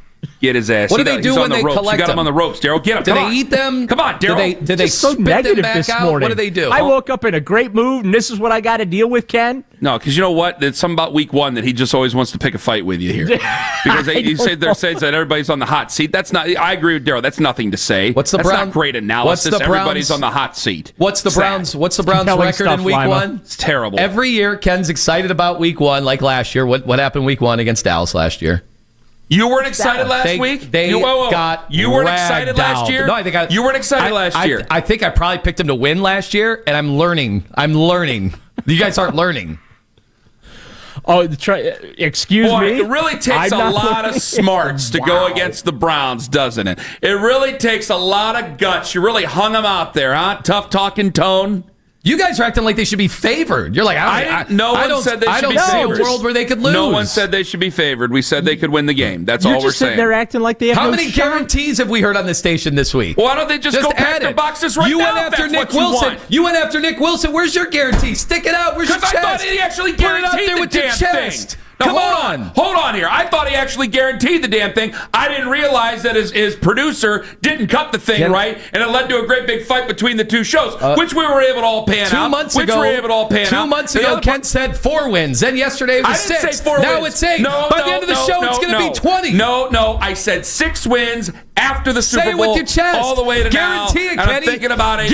Guarantee it. I said I'm thinking about 8 wins. Say it with your chest. No. Why do you do that? I don't know. The way you're talking, it's like a can't miss. They're definitely going to win this it's week. like we should just all roll over and die. Kevin should pack his boxes right now. Keep it close. And we should just already be getting ready for the draft. I think Garrett Nussmeier they radio could keep it close. nonstop. That's what we should be doing with you. I mean, good God. You agreed with me an hour ago just because it's Daryl on the phone now because you have a propensity to disagree with Daryl and start fights because you know that Daryl doesn't have as much bass in the voice as I do, and you're less afraid to argue with Daryl than you are with me. Plus, Daryl's not in the room right now. I just think you're doing the same thing you went after Nick for. You're laying this great case out. Just guarantee it. Guarantee you're going to win. Guarantee a damn thing. Don't you call me out for guarantee. This is exactly what he ripped. Because I learned my lesson, like you just said. I've learned. We did 2 segments. What did he do? 2 segments 2 days ago about Nick. What did he say? We did it yesterday. Yeah, what did you say? That's how much your brain is running from all the things you used to do in downtown, like skiing. Owen, did he go after Nick for not having the guts to predict it, to guarantee it? I didn't say no. That's not what I said. He's full of it. We got to go to break. Daryl, thanks for the time. See you guys. Goodbye. Good luck with that, Ken. Daryl, He had 2 more hours. I know. He's an ass. Brought to you by Shop. I didn't hear a no from Owen. Cleveland's premier jewelry Owen's just afraid to upset you now. Owen just wants us to go to the break is what he wants us to do. I'm afraid to upset Joe Ken. Thomas. I didn't hear a no. I want you to yell at Joe the way you just yelled at me. I don't give a crap about You think Ken. you got a set of balls on you right now. I want you to yell at Joe the way you just yelled at me. Let's see if you actually got him. Still haven't heard the guarantee. You can Okay, let him know. We'll get to him 5 minutes later. Fine. Ken Carman, Tone Master General on the Fan. Start the read. Let's go. XTENDAV.com. Since Ken won't guarantee.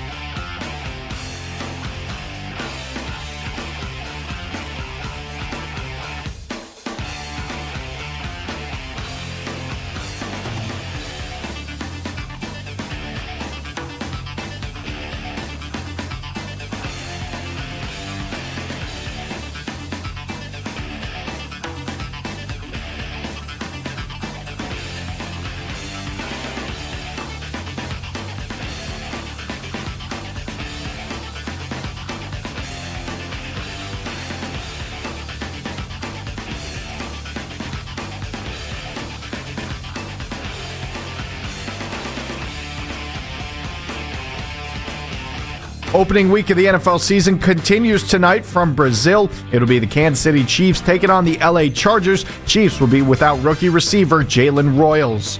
Headline sports news every 20 minutes on 92.3 The Fan. From the University Hospital Sports Desk, I'm Anthony Allant. Find out what happened in Berea while you're working. The Afternoon Drive, weekdays at 2, 92.3 The Fan.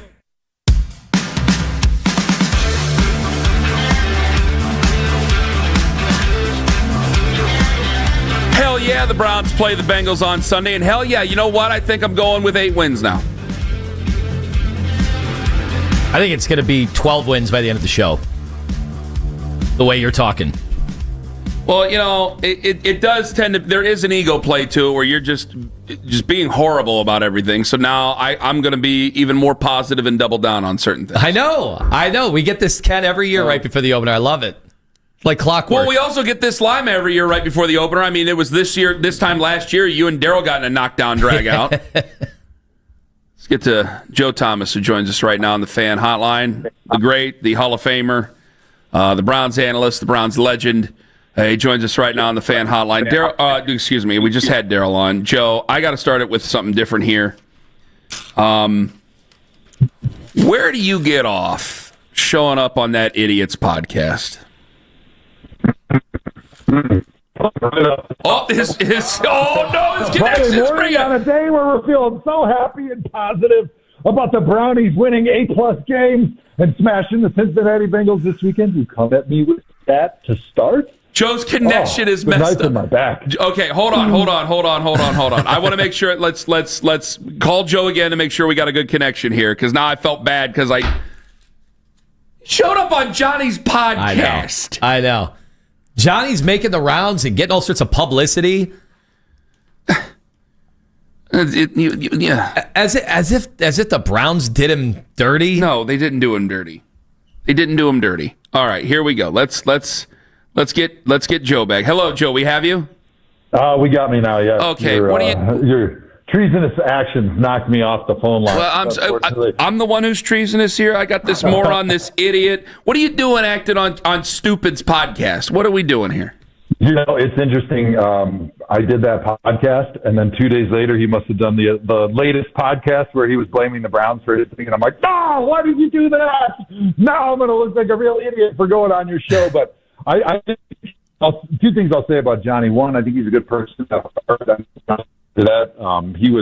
He was a friend, still is a friend. I care about him, but he is very delusional about whose fault it is. But I think that's because inside he's a good person, and he can't accept the fact that he was not able to be successful because he did it to himself. He was not responsible. He was not mature. He was not professional. And if anything, should be mad to be the Browns because they drafted him in the first round, and he didn't give them the effort or the opportunity to even develop him into a franchise quarterback. But I think as a good person, and maybe this is just me being an optimist who doesn't hold grudges or anything like that, but I think he just can't come to terms with the fact that he screwed it up and then he squandered his opportunity in the NFL, and so he needs somebody to blame still, which clearly it's part of the issue, part of the problems we're dealing with. But I definitely think that he is way off thinking that it's the Browns' fault that he did not make it in the NFL. I mean, I'll accept it, but Joe could tell me that the grass is red, and I'd probably accept that too. So, Tone, you go right on ahead. And Joe, I don't think there are many situations where people debate, well, if this guy went to any other team but the Browns. But I think Johnny, it's the same story on all 32 teams. I mean, I really do believe that. Yeah, I think it's the same story because what torpedoed his career was the late nights, the partying, the drugs and alcohol, and the not showing up and studying. And there's no formula for success in the NFL if that's your MO. If that's your routine, it doesn't really matter what you put around them or where you go, because you're the reason for your own demise. As a quarterback in the NFL, you have to put in so much more time than everybody else who's already putting in more time than Johnny did when he was with the Browns. So it's a matter of commitment, professionalism, and if you don't have it, you're not going to have success anywhere. It's not like he was torpedoed because he had this terrible roster around him with bad coaching. I mean, Kyle Shanahan was his offensive coordinator from what I remember. And from what I know is he's a pretty good offensive coordinator from my experience. And then with empirical data, watching him go to other places and take them to the Super Bowl with great offenses. So could you say maybe my coaches, I wish some of my position coaches were better, like you talked about. on his podcast, he talked about his position coach at quarterback felt like more of a friend, which, yeah, well, in the NFL, a lot of times your coaches feel like friends. Like, as a matter of fact, when you get up there at age, Joe Flacco's older than his quarterback coach right now. Like, you have to deal with getting yourself there and being self-driven and motivated and self-studied. And you can't just wait for your coach or somebody else to make you do stuff. You have to do it on your own in the NFL. That is a very good point that Joe shares with everybody. And I think that when I first started being around the team, that was like one of the most eye-opening things that I ever had. And this is years and years and years ago, where you guys call each other by first names. It's like, yeah, it's a workplace. Keith doesn't shout down to me and then make me go run laps and all the other things. Like, it's a shared type of responsibility here. So if he weren't ready for that, that's on him. But either way, we got a situation coming up here on Sunday where you got the Cincinnati Bengals. We want to start off on the right foot. The Browns have had a relatively pretty good history against Joe Burrow and the Cincinnati Bengals. I'm starting to get excited, Joe. And this is probably not going to go the way that a lot of people wanted to go, because I think a lot of people want to calm me down. I'm going from 6 wins to 8 wins because I'm looking at the team and seeing a lot of pieces that were here in 2023. And then I talked to Bernie yesterday, and I'm going, maybe things are going to go better. So is 8 wins out of the question for this Cleveland Browns football team? Could they go further than that? And if they don't, what do you think costs them the most? You and I, and it's something like Browns fan-itis, because I just find myself talking and thinking and believing that this season is going to be really fun and we're going to blow expectations away. Like, just being a team during training camp, feeling the vibe that they have, the way that it's a veteran-driven culture right now with the veteran offensive line and David Njoku and Joe Flacco and Denzel Ward and Myles Garrett, like the positions that matter, quarterback, receiver, tight end, tackle, offensive line, defensive line, cornerback. These positions that are like your key positions are all driven by veteran leaders who've been around, who've built a good culture, who understand what it takes to win in the NFL. And there's a lot of great vibes. And I think that this team is a team that's got a chip on its shoulder. It's a team that likes being the underdog. It likes being overlooked. And I think it's just a different feeling than certainly last year and some of the other Browns teams that I've been a part of or been around, where, you have that veteran culture that finds a way to win those close games. And I think the way that Kevin Stefanski wants to play and will play this year, where they're going to lean on that perimeter run game like we did a couple years ago with the outside zone and the pin pull and the crack concepts, where you're pulling your guards, you're getting out to the edges, hitting play action shots with Flacco, and then just having a tough, stingy defense led by Myles Garrett, who's not going to get blocked once this whole season, probably held on every play, but they won't call it, but that's just the way it is. But I think that style just fits really well with a team that's got a chip on its shoulder, that's veteran-driven, because they know how to win and they know how to take advantage and make small little adjustments and plays within the game that make the difference in a close game. And so I want to say more than 8 wins, but I don't want to disappoint myself, because maybe that's a little bit too optimistic, and I don't want to feel like I did last year. But I'm right with you, Ken. I think right there around 500, I feel like that's where they're going to be. All right, Joe Thomas with us. I'm curious about going into just week one. We see so many silly things. It's part of why some people are picking the Browns, because week one is not necessarily indicative of the entire season. We see a lot of different upsets, and I'm just curious your mindset going into a season, especially considering like the Bengals are making this like the Super Bowl. Like they do not want to get off to a bad start. They even went so far as to play their guys in the preseason as much as they did. Yeah, like you said, Bengals historically under Joe Burrow have just been slow to start, and there's so many unknowns when you go into the first game of the season. I remember going into my first game of my rookie season, and like you're watching tape from guys that don't even play for that team anymore. You're watching tape of guys that were playing somewhere else that you're trying to extrapolate how they're going to be used into the system. You're trying to watch some preseason stuff, maybe to just get a little hint of what the coordinator is doing. Sometimes when you got a new coordinator in that first game, you're watching stuff that he did in college, right? Just trying to get ready for all the what-if situations. And so it is really hard. Neither team really knows who the other team's going to be, so there's a lot of feeling each other out. But I think from the Bengals standpoint, I think they almost put too much pressure on themselves to start fast. And historically, it's been a very cool, calm, laid-back team. I think Joe Burrow has carry that tradition over where he's Mr. Cool, Joe Cool, which I really like Joe Burrow. I wish he was my quarterback, but I think that sort of attitude sometimes doesn't lead you to having those fast starts because you don't have that sense every week and fans are questioning you, and then you pull it together and you play with that sense of urgency and you prepare with that sense of urgency, which is really important, which that really how you prepare is how you're going to play on Sunday. But I think the Browns got their number this weekend. How has DeJuan taken to your help, your advice, and then, of course, Mike Bloomgren's coaching? Well, I've seen a maturity jump in DeJuan that's been really fun to be around. And, you know, being around a guy for a couple of weeks, you're not going to really make lasting changes technically. You're going to suggest and you're going to work on stuff. But really the thing that I focused on was trying to help him build a process of thinking about every rep, every day that he goes to work, how he prepares for the day in the morning where he's writing his notes, he's watching film, he's outlining his to-do list of what he wants to work on, how he's going to work on those things, like just those little goal-setting things that he can do during the week to create that process to get himself confident for the weekend, to play well, but then also be able to self-correct when you're on the field so that you can kind of build this process that it's almost like building a computer, like an AI computer, where you're just trying to be able to have it continue to learn even when you're not there anymore. And I think he did a great job really just absorbing that and trying to make it his own. So I've been checking in with him each week that I haven't been there since training camp and just seeing how things are going, seeing what tweaks he's made, you know, working on making note cards as a way to study each day for practice and the little changes that you have every week. And so I'm really optimistic. You know, I'm not saying that it's a finished product because I think some of the challenges, the switch from right tackle to left for DeJuan, it's a tough one, especially with your pass set because you're kind of pushing with your opposite leg, you're catching with your opposite leg, your brain is working backwards with your hand placement and stuff. But I definitely am really positive about that maturity that he's gained this year and kind of that seriousness that he's taking to his position, knowing that he's got the potential to be a great left tackle for the Cleveland Browns. All right, Joe, we can't wait for this answer because we got into a vicious fight out of nowhere to start the show on the spitting incident yesterday. And I know you're not supposed to spit on people in real life. I don't consider football real life. And I love gamesmanship. I love seeing these guys go. Taunting doesn't bother me. What did you think? What needs to happen to Jaylen Carter? And has it ever happened to you? I don't think it's ever happened to me. Honestly, I can't remember a time in my sporting career where somebody just walked up and spat on somebody.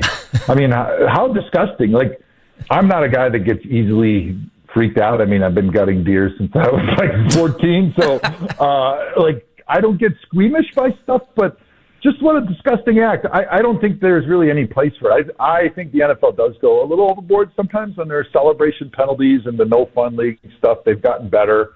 And I think it's cool. I don't know if you guys watched the whole game last night. You probably did because this is what you do for a living. But I thought it was cool when the defense for the Eagles made a stop or a turnover on the goal line. They got in there and they did the tush-push as a whole group. I thought that stuff was great, you know. But I just don't see how spitting is a good thing for the sport or entertaining in any way, shape, or form. So please defend yourself.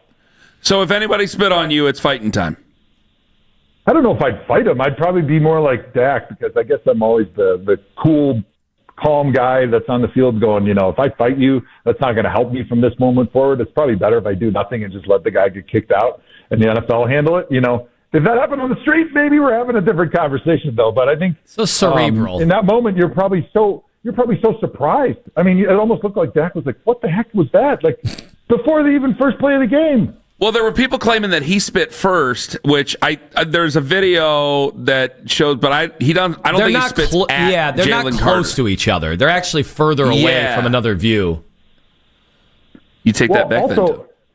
Yeah, thank you. Take it back, Tone. But the other thing is like, okay, if let's just assume that Dak spit at him, you would have seen a visceral response from Jaylen Carter, right? Like fighting, right? You know, I'm going to fight you. But he just coolly walked over there with a big smile on his face and hawked a giant, I mean, a pretty nice league. I'm going to be honest. If he was spitting watermelon seeds, he's going to win at the county fair. But I digress a bit. I just was so blown away by it, and it didn't seem like Jaylen Carter's reaction was that of somebody that had been spat on and was returning the favor. Yeah, he's acted like he wasn't that mad about it. All right. Well, Joe, are you picking the Browns in on Sunday? Oh, yeah, baby, all the way. Brownies. Take it to the bank. Are you going to be in town? I will. Yeah, actually, Crown Royal's bringing me in, and I'm getting to hang out on Dog Pound Drive with the fans and the Crown Royal Big Rig, handing out premium seat upgrades, and this is totally not an ad at all. This is just what I'm doing before the game. I didn't mean to set it up, but please go right on ahead. No, hey, good key. They're going to be really happy, although I'm not sure if the Crown Royal CEO is listening to the 92.3 The Fan, but he should be. Yeah. But either way, I'll be there. It's going to be a fun one, and I just love opening day, right? The home opener is just so much fun. It's such a jovial party atmosphere. It's great to be part of. I'll never miss it if I can. Joe, thank you so much for the time. You know we always appreciate it. All the best. Hey, I appreciate you guys having me on. And hey, I didn't forget about your Hall of Fame beef order. We just sold out of all the stuff, so we're making more for you, and I'll get it to your house, guys. Don't worry. The delicious golden beef will be at your house at any moment now. You said it like 18 hours ago. I didn't expect it to be here like now. Hey, we don't play around. There's a few things that just stick with my mind, real sticky thoughts. And one of them is, God, I got to get Ken and Anthony their beef or they're going to be mad at me. We can't wait to eat your beef, Joe. Thank you so much. Put it in your mouth. It's delicious. Thanks, guys. Thank you. Joe Thomas on the Fan Hotline. You know what? It's so funny. I could totally see Joe getting spat at by some idiot because Jaylen Carter was being an idiot yesterday. That's true. And Joe just going like the LeBron meme. Ooh, you got me. Oh. Yeah. All right, 9 o'clock. Nathan Zagura going to join us on the show. We'll ask him about Myles Garrett's status on Sunday, see if we have any updates on Quinshon Judkins whatsoever. Of course, we'll go around the league with him, see what he thought about what the situation happened with Jaylen Carter. Guys, coming up at 7:43, I know it's a Football Friday. There's audio of an owner you must hear. It's so bizarre, we had to make sure you hear it before you go to work. That coming up at 8:43. Up next, the pieces that I feel good about the Browns is why I don't think this is going to be a bad year. And you, Anthony, need to explain Hot Seat to me. Ken Carman, Anthony Lyman. Take us with you to work on the free Odyssey app. Watch us at work, at home, while you're working, whatever you're doing at home, on YouTube live for free. Anthony Lima, 4.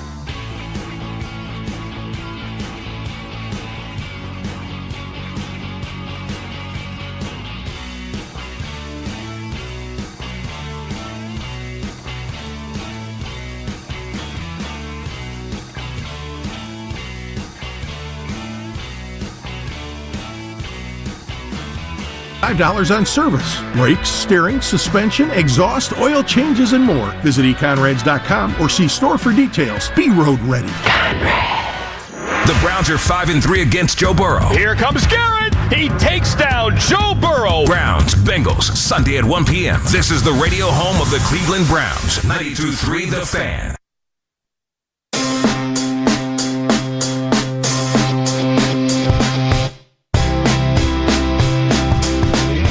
George Thomas just texted me.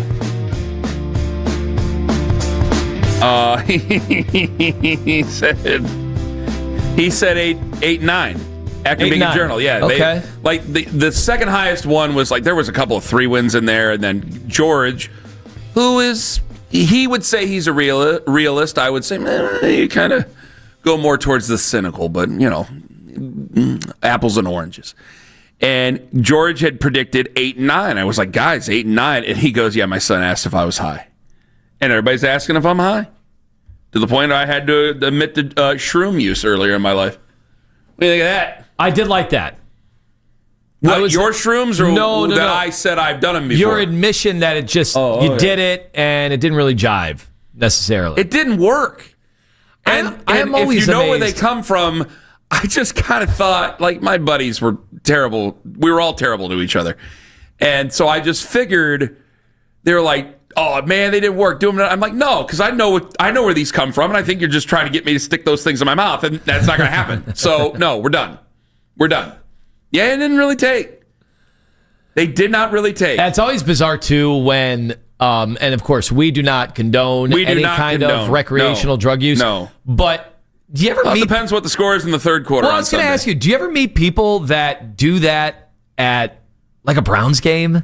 That seems like a bizarre place to try to do anything. Concerts, okay. Yeah. I've been with buddies who are like, all right, get in the bag. Okay.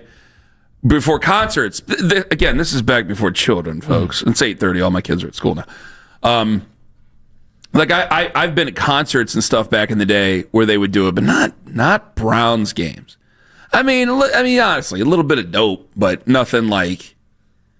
Yeah, I have buddies who smoke some dope and then go into the stadium. But even that, that's not a big. Do you imagine sitting in 537? You're way up there. Tripping? Yeah. That's just not where I want to be. That's a terrible idea. And then you got drunks all around you. That's a terrible idea. Not 537, they take football very seriously. 538, I mean, it's just pandemonium over there.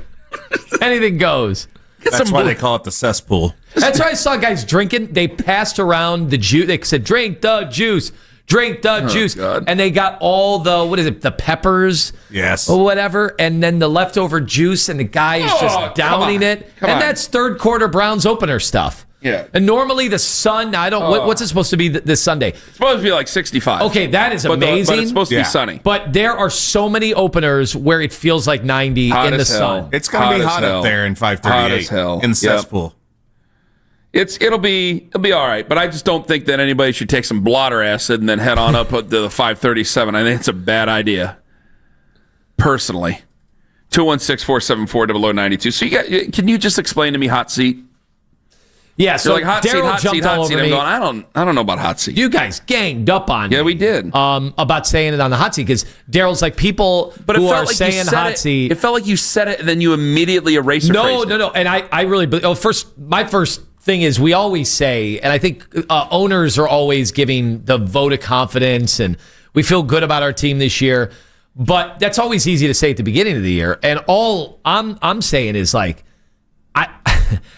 we know how this gets. We know how when a team either bottoms out, especially this team is in some weird transition. Mm-hmm. They've got all these veterans that we don't, especially on the offensive line, that are the offensive line is going to look dramatically different over the next 2 years than it has over the last 5. So there is this transition going. You still have, a lot of these big contracts. Heck, Amari Cooper had $20 million. Good move, by the way. But Amari Cooper, $20 million, on the salary cap this year. They're going to have a lot of that. And so if you follow up a 3-14 season with another really, really bad season, let's say it's 5 wins, even 6. I said even 6. I just think the feeling around that building, around the fan base. I mean, we're dealing with a home opener this year, Kenny. It's the first time I can remember not being sold out. I've never seen that. I think I have. No, I think I have. I think I have. It was during the very, very, very lean years. Maybe I think what, the 1 and 15 or 0 and 16? I think 17 wasn't in. I think it's a weird year. I think it's a weird year for all the fans. I'm not trying to. Somebody say Ken's trying to sell tickets. I ain't trying to sell tickets. You buy your tickets. You don't buy your tickets. I want you to buy tickets to all three of the teams that are in town, for crying out, and the Monsters for that matter. I look at the team and I think that the depth chart is a lot of the same guys that we saw in 2013. Now those guys are 2 years older. That's fair. But I also think that if you can just, good God, eliminate the obscene amount of turnovers, that you're going to be in a lot of these games. Now, do you have the type of quarterback that can beat the type of quarterbacks that you're going to play in 2-minute situations in these games? I mean, I don't want to sit here and play schedule game. There's some ones that are tough. I like Drake May. I don't necessarily care about Tua. The Vegas Raiders seem possible. Tennessee seems possible, even though he's a fine young man, and I don't want to ruin his career. I don't know what Chicago is, or what I picked Chicago. I decided to go with the veteran, or go with the guys that they got, the weapons they got on offense. But I mean, the Bears, I think people are looking for the other shoe to drop when it comes to the Bears. So there's opportunities there to be a just sub 500 team. But I do think there is a significant difference. I saw desperation in the 2016 to 17 seasons. I don't see any desperation here. Going and getting Dylan Gabriel because he's currency is not a desperate move for this year. I was desperate last year because I thought guys could get fired at the end of the season. They've done nothing that would tell you that this is desperate, which I think bothers a lot of people. It's like, hey, man, we want to get winning. We want to get winning with these guys. Yeah. It's the opposite. They traded what could have been Travis Hunter or, Abdul Carter. I mean, they traded that pick. And so that, you're right. And that would tell you that everybody feels safe. I just know in this league, teams do stuff that would make you think that. And then the pressure just gets to an ownership. And I know Jimmy hasn't done that. It's been 6 years, right? Or 7 years since they've done that. So they've done what everybody finally wanted him to do. But I could definitely see if things spiral, and we know it's never pretty. When you only win like 5 games, it's ugly. The media, the reporting that comes down, players start to quit, especially veterans. You have players on this team that are older, and this could be their last year anyway. Guys get traded at the deadline.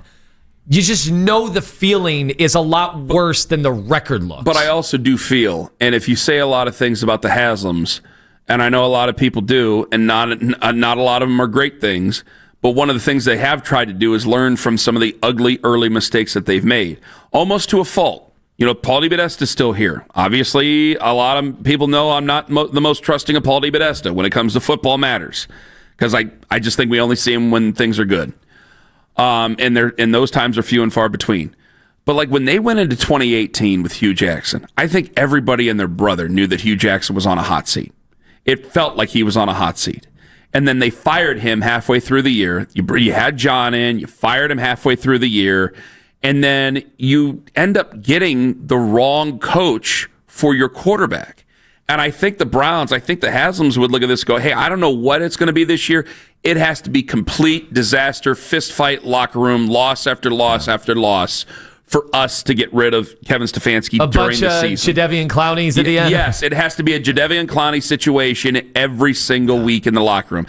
Because I don't think they want to do that where they go, okay, we're going to have an interim coach. Now the interim coach does whatever, and now there's pressure on us to interview the interim coach, even though they were never very serious.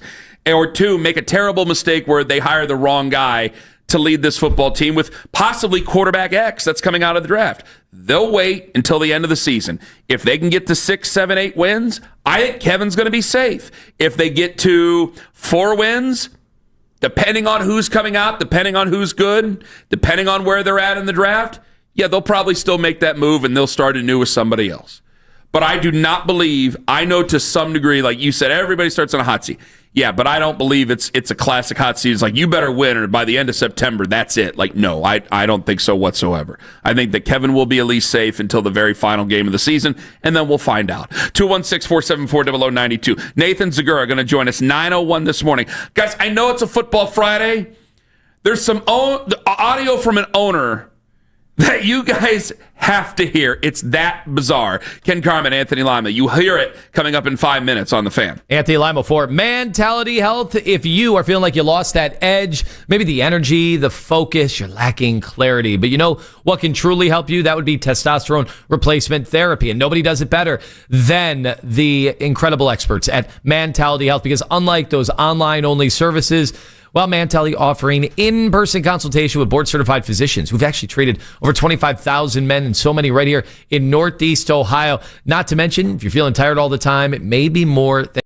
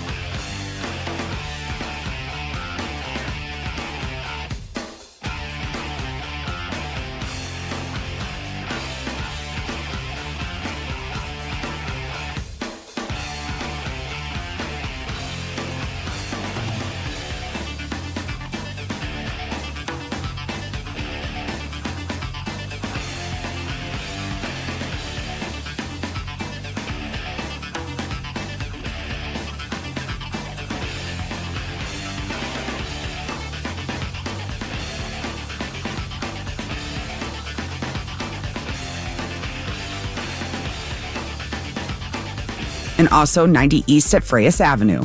This is Kayla Coljon on 92.3 The Fan. Don't miss a moment from all of our local shows when you click the rewind feature on the Odyssey app. Brought to you by Montrose Kia. Choose Click Cruise at montrosekia.com.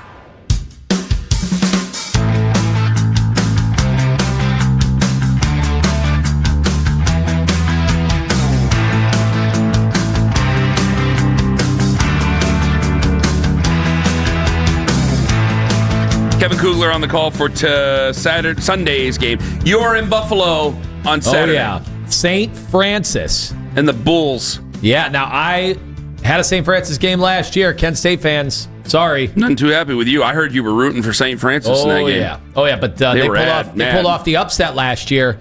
Will they be able to do it against Buffalo? There's only one place to find out. 3:30 ESPN Plus. Turning D3 though. They are transitioning to Division 3. So, but they still are playing D1 teams this year. So it's weird. They're like bringing recruits onto campus, and they're going to these games, and it's like that's not what you're going to be. You'll be playing Otterbein, man. It's very weird. I think you're going to, unfortunately, because of the finances of athletics these days. In college at these smaller schools, I think you see more and more and more of that. Could we see some teams go from FBS to FCS? Because there's definitely one team in particular. There's actually two teams in particular. I would love to do that in the Northeast Ohio region, but that's a story for a different day. Zagura joins us at 9:01. There's audio here you need to hear. Now, I know it's a Football Friday. Steve Ballmer found himself in a little bit of hot water. Pablo Torre, who I got to tell you, back with a vengeance. Is he throwing a heater right now? He kept doing this thing where I'm like, guys, I do not care who Bill Belichick is having sex with. I don't care. I don't care about any of the coaches and their sex.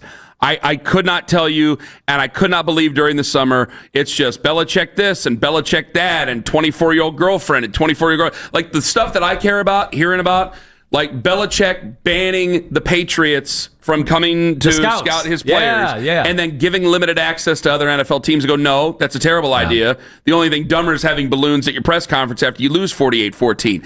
That, I think, is way worse. Yeah, Ken's been consistent. He doesn't care about the sex, what kind of sex it is. How could you? Guys, what they're wearing at one point, as they're starting to have the sex. He doesn't care. At one point, Rich Rodriguez at Arizona had his wife on one end of the sideline and his mistress on the other end of the sideline. And West Virginia fans were very, very happy to see him take over the Mountaineers last Saturday. I do not care, and nobody cares. But you do care if Steve Ballmer's giving no-show jobs. Speaking of college things, you do care if Steve Ballmer's giving no-show jobs to Kawhi Leonard. Apparently, according to this report, he might have given a no-show job to Kawhi Leonard. So there's some audio here of Steve Ballmer, the owner of the Clippers, because always seems to be a Clippers owner that's in trouble on a lot of things. Again, Steve Ballmer's not doing things nearly as bad as the other owner was doing. What is this from? So this is from ESPN. I just saw it this morning. It's from yesterday, I believe. It's from ESPN, but we talked about it because we gave away 2-second trivia too quickly, right? So we had just seen that cross our eyes, right? But basically, there's a company that Steve Ballmer put money into, made an investment into, that gave Kawhi Leonard a no-show job. It was 4 years, $28 million. That's $7 million a year, and they still owe Kawhi $7 million a year. Pablo Torre did all this investigating and found out, connected all the dots. So Ramona Shelburne actually sat down with Steve Ballmer yesterday on ESPN. Here's a good minute of what all went on, and if we're satisfied by that, we have a little more afterwards. Let me just repeat, I don't know how much money they gave him. Well, in the court documents and in Pablo's podcast, they report it was $28 million. Pablo's podcast, I don't know anything about the court documents on this. I haven't seen them, and I don't know. I'm not trying to be, I don't know. I really don't know. But the speculation is what it is. And why did they do that? It's a lot of money. I mean, $28 million, $7 million a year is a lot of money for a guy that you didn't actually require to do anything. I don't know why they did what they did, and I don't know how different it is. I really don't. And frankly, any speculation would be crazy. These were guys who committed fraud. How would I be able? Look, they conned me. You're one of the richest men in America. They conned me. I made an investment in these guys thinking it was on the up and up, and they conned me. At this stage, I have no ability to predict why they might have done anything they did, let alone the specific contract with Kawhi. Can he get plausible deniability on that? All right, so that sounds I do not believe you, Steve. Yeah, I don't think anybody believes him. Does anybody believe? Oh, hold on. Like, he did get conned. That is true. That part but he of the gave story them is true. $30 million, and then they went and gave 28 to Kawhi. Hold on. This sounds a lot like college football and college basketball. I mean, how many times there was the one thing years ago where they investigated Duke and Mike Krzyzewski's like, I had no idea, and everybody, oh yeah, of course Coach K doesn't have any idea, and I'm looking at going, what? The guy still dyes his hair. He's 70 years old. What do you mean you guys think he had no idea? You just want to believe him? Like, a lot of this depends on who you want to believe. Sure, but in the end, like, what can actually be done about it? I've seen some people actually come to the defense of Ballmer here that I didn't expect to, saying this, that it is very hazy, the interpretation of this stuff. And you got to be careful because a lot of these owners, they represent a lot of companies. And, you know, if we found out, like I went and looked, I tried to do my own poor man's Pablo journalism, right? And I looked at the litany of companies that Dan Gilbert is involved with. And there are a number of them, especially with the private equity group that have had a ton of investments from all companies all over the region and all over the country. Okay. I did not see any tie-in to one player in particular and his endorsements, and that was Donovan Mitchell. Because, hey, why did Donovan Mitchell stay in Cleveland? Now they're at the apron. Like, you could make the argument that, hey, the Cavs are going to want to look into how can they make sure with the apron what it is, and how can they try to make these players as comfortable as possible and make them not want to leave. I didn't see anything there, but then I thought back. You remember when LeBron James played here? Fathead, right? There was a licensing deal with LeBron. You could get a LeBron fathead who owned the company, but it wasn't nefarious. It wasn't like LeBron was getting $20 million. He's just probably getting, as he should, a cut for his name, image, and likeness. And that's how this stuff works. Could you doctor it to such an extreme that you're funneling money that does supersede the salary cap? Yes, but here is one defense of Ballmer that I do understand. Like, they didn't exactly hide this all that much. I mean, even the name on it and everything. Like, if you were looking to really get money, couldn't you do crypto? Couldn't you do all sorts of... I mean, drug dealers and the dark web are in crypto, and the government isn't exactly on top of that. Like, would the NBA be on top of that? He's claiming he got swindled himself. Yeah. So if I can't prove that he didn't get or that he was in the know, what can I really prove? Well, here's a little more on him and just how he got duped. I mean, you're one of the richest men in America. You've obviously done very well in your career in business. Like, you didn't smell anything wrong with the company. You didn't see anything wrong. Like, you obviously reviewed the financials before you got involved with the business proposal. I reviewed, my staff reviewed primarily fraudulent financials. Now, should I have sniffed it out? Maybe. I feel embarrassed and kind of silly that I didn't sniff it out, but I didn't. Mm-hmm. I made the investment. A lot of other smart investors didn't sniff it out either. It's also true I've made a bunch of bad business deals and investments in my life, and I've made some good ones. This was fraud and a bad investment, and I'm embarrassed by that. I don't think, audio courtesy ESPN, I don't think he has any problem admitting that he made a mistake or that he's embarrassed. I'm sure he's really not embarrassed. Personally, it's my belief. I think he probably knew everything getting into such a thing and decided to go ahead and do it because he wants to win a championship. He's building a new arena, or he just built a new arena. At the time, he's in the process of building a new arena. He wants to fill it out. He knows that he's the second team in that market by far when it comes to the NBA, and I think that he decided to go right ahead and do it. I have nothing to back that up other than my own belief. Kenny, here's what I found interesting. There's nothing there. I don't think there's anything here that you can prove that sticks it to him that he participated in that. I guess it just matters how mad are the other owners, if at all, or do you not want to look into their closets? Are there skeletons? I'm sure there are skeletons that they do not want pulled out. And that's where Mark Cuban comes into this again, where I know he's not the operating owner of the Mavericks anymore, but he said the whole thing when it came to Donald Sterling, like, I don't know if we want to go looking in all each other's closets here. Rich men usually have stepped on some throats. I will say for Ballmer, they issued a very strong statement the night that podcast came out, and they were basically saying definitively there was none of this is accurate when it comes to their role and doing salary cap manipulation. But I do find it interesting the first chance he got, he went on ESPN to try to face the music on this. They are worried. Like, they wouldn't do that if they weren't a little concerned about the optics of this.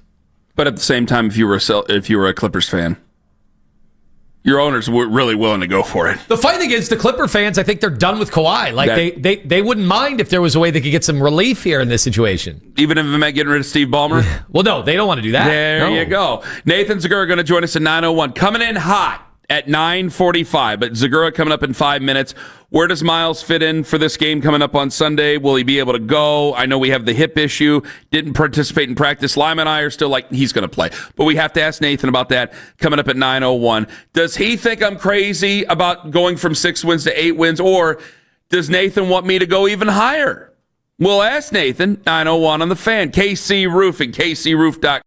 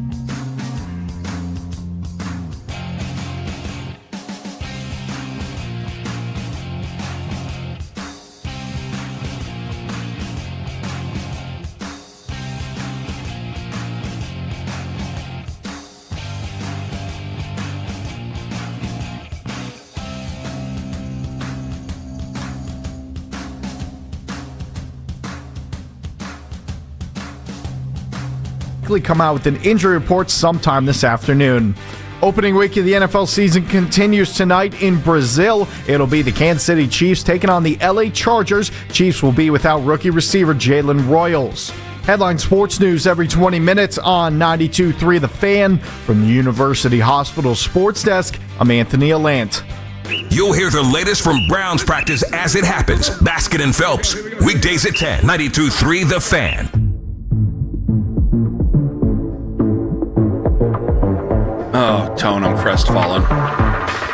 Well, you can tell me about it in a second while I tell people, get over to the Taste of the Browns. It's going to be a tremendous event, and you can win a pair of tickets to the 27th annual Taste of the Browns. Eat the food! September 15th at Huntington Bank Field to benefit the Greater Cleveland Food Bank. Are you going to take your wife and she's going to go, what are we doing here? Why do we need to be here? I don't think she wants to go. What is this stuff? I don't think she wants to go. Can I tell about that on the air? Yeah.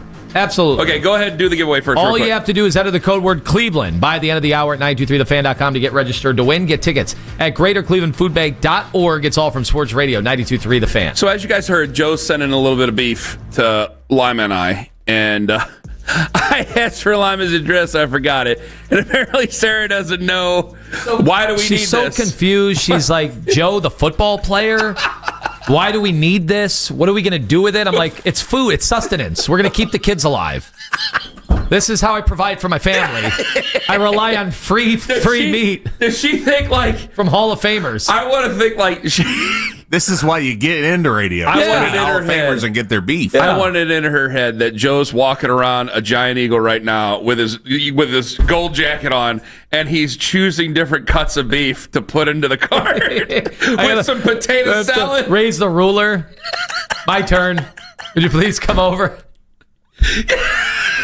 Like, Joe's really on hard times. This football transition to a butcher. Oh, my God. I like to imagine my Joe on supermarket sweep, just racing the aisles with the inflatables for the bonus money. You always went for the meats and the diapers, right? Of course you have to. Nathan Segura, he joins us right now on the Fan Hotline. Hello, Nathan. Hello, gentlemen. First of all, let me just say this. You guys are talking about red gold when you're talking about hot beef, okay? This just isn't any steak. He didn't say just any meat. This is the finest meat in all the world. I know. It's got Wagyu. It needs to be shown proper respect. I'm going to give this to the kid. No, kids need to be on. They need to earn hot beef. That's where we're at with this. This is the hot beef Wagyu strip is the best steak I've ever had in my life. I had it with the Haas a couple weeks ago. You're talking about the best meat in the world, folks. That's what we're talking about here. Are we really getting the Wagyu? I respect the beef. I respect all the other things. I was not hearing the proper reverence. I'm hearing about a guy in a gold jacket, a giant eagle, picking out cuts of meat. This is raised on his farm in Wisconsin. I've seen the cows. I've been trying to say this, and apparently Lima's wife doesn't know that Joe has raised cattle now for like the last 6 years, and that he's going to send us cows that he's named are going to be slaughtered and sent to us. We are going to get named beef, and Sarah has no idea about in the most dignified manner, of course. Yes, of course. This is the best. By the way, people who are listening right now and they're saying, well, I want to get it. Obviously, you can go to sixspringsfarm.com and do a little commercial for the Haas because the beef's so good. But you can also go, he gave some to Rocco at Fahrenheit. So Fahrenheit's got some hot beef specials that they're running right now as well. So there you go. I can't wait to eat Steve later on this month. You have no idea. It's going to be great. You have no idea. I'm just going to tell you that right now. You have no idea. Steve. What does he name? He names his cattle after every quarterback he protected. I think he did do He's something. He's going to get a bigger herd. I'm pretty positive he did name the first set of cattle after the kids. And like you're gonna, yes, and then that didn't work out well. Yeah, Jack's gotta have to kill Jack. Like it's no. No. Yeah. Where's Jack, Dad? He's on your plate. Yeah, not good. That's not a good way to go. Coming in hot. Coming up at 9:45. Some would say we're already doing that right now. So I caught that. Well done. All right. So Nathan, I was at 6 wins all winter. And then I talked to Bernie yesterday, and we were recording a segment, and it was like he was giving me some pep talk or anything like that. I just started thinking about things, and I'm going, why can't we get to 8 wins? Why can't we get to 8 wins? Why can't I expect a little bit better? Why can't I get to 8 wins? I'm getting that stealing feeling, Nathan. Now, I don't think that you're going to talk me out of it or anything like that, but I think that you are. I think that you're going to be able to tell me right now. Is it a silly thing for me to say 8 wins, or what are you thinking? I don't think that's a silly thing. I think that, look, the margins in the National Football League are very small. This is a team that has been constructed with what may be the best defensive line in the NFL, certainly in the top 5. And if you can control the line of scrimmage, we got an excellent offensive line as well. You can control the line of scrimmage on both sides of the ball. You always have a chance. Now, for the Browns to, you've got think about this. You've got Pro Bowlers on defense. You've got Pro Bowlers on offense. You've got an offensive scheme that is very, very successful, and Kevin Stefanski's been a 2-time Coach of the Year. You've got a defense that 2 years ago was number 1. We talked about what they've got up front. They've got good players on the back end, obviously with Denzel and Greg Newsome and Grant Delpit. You brought in some more veterans like Rayshon Jenkins and DeMonte Casey to give some experience on that back end. And then you've got Carson Schlesinger, who, if he turns out to be what he appears to be, could jump in and immediately be a Pro Bowler at the second level. So when you have a defense like that, I believe we're going to get Quinshon Judkins back soon. And you have a run game. You've got Joe Flacco, who, by the way, since the start of 2023, I don't know if you guys are aware of this or not, he leads the NFL in passing yards and passing touchdowns per game since the start of 2023 for quarterbacks with a minimum of 10 starts. So you have the ability to score, and if you have a defense like that, you should have the ability to stop other teams from scoring. And if you do that and don't shoot yourself in the foot, don't turn the football over, you got to eliminate some of the things that have hurt this team, especially last year. You can't have those drive-killing penalties. You can't have those turnovers. And on defense, the one thing you didn't do well enough last year was take the football away. You've got to do that. If you can do that, you're going to be in a lot of close games. If you're in a lot of close games, it comes down to the way the ball bounces one time, a call here or there. It could come down to a field goal, and they're very confident in Andre Schmidt. Then you have a chance to go and surprise a lot of people. I think this Browns football team is significantly better than what the national media is portraying it as, but this is a very tough start to the schedule, and I think this week 1 game, because of our strengths, match up very well with the Bengals' weaknesses.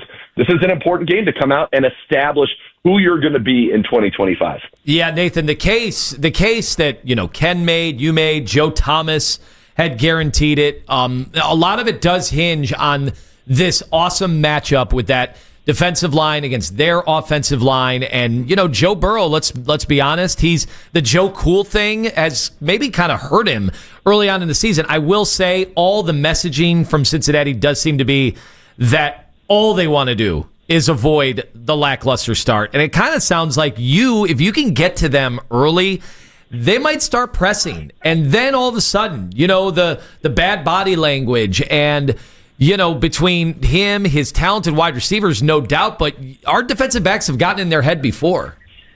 Yeah, and listen, here's Joe Burrow is 1-9 in weeks 1 and 2.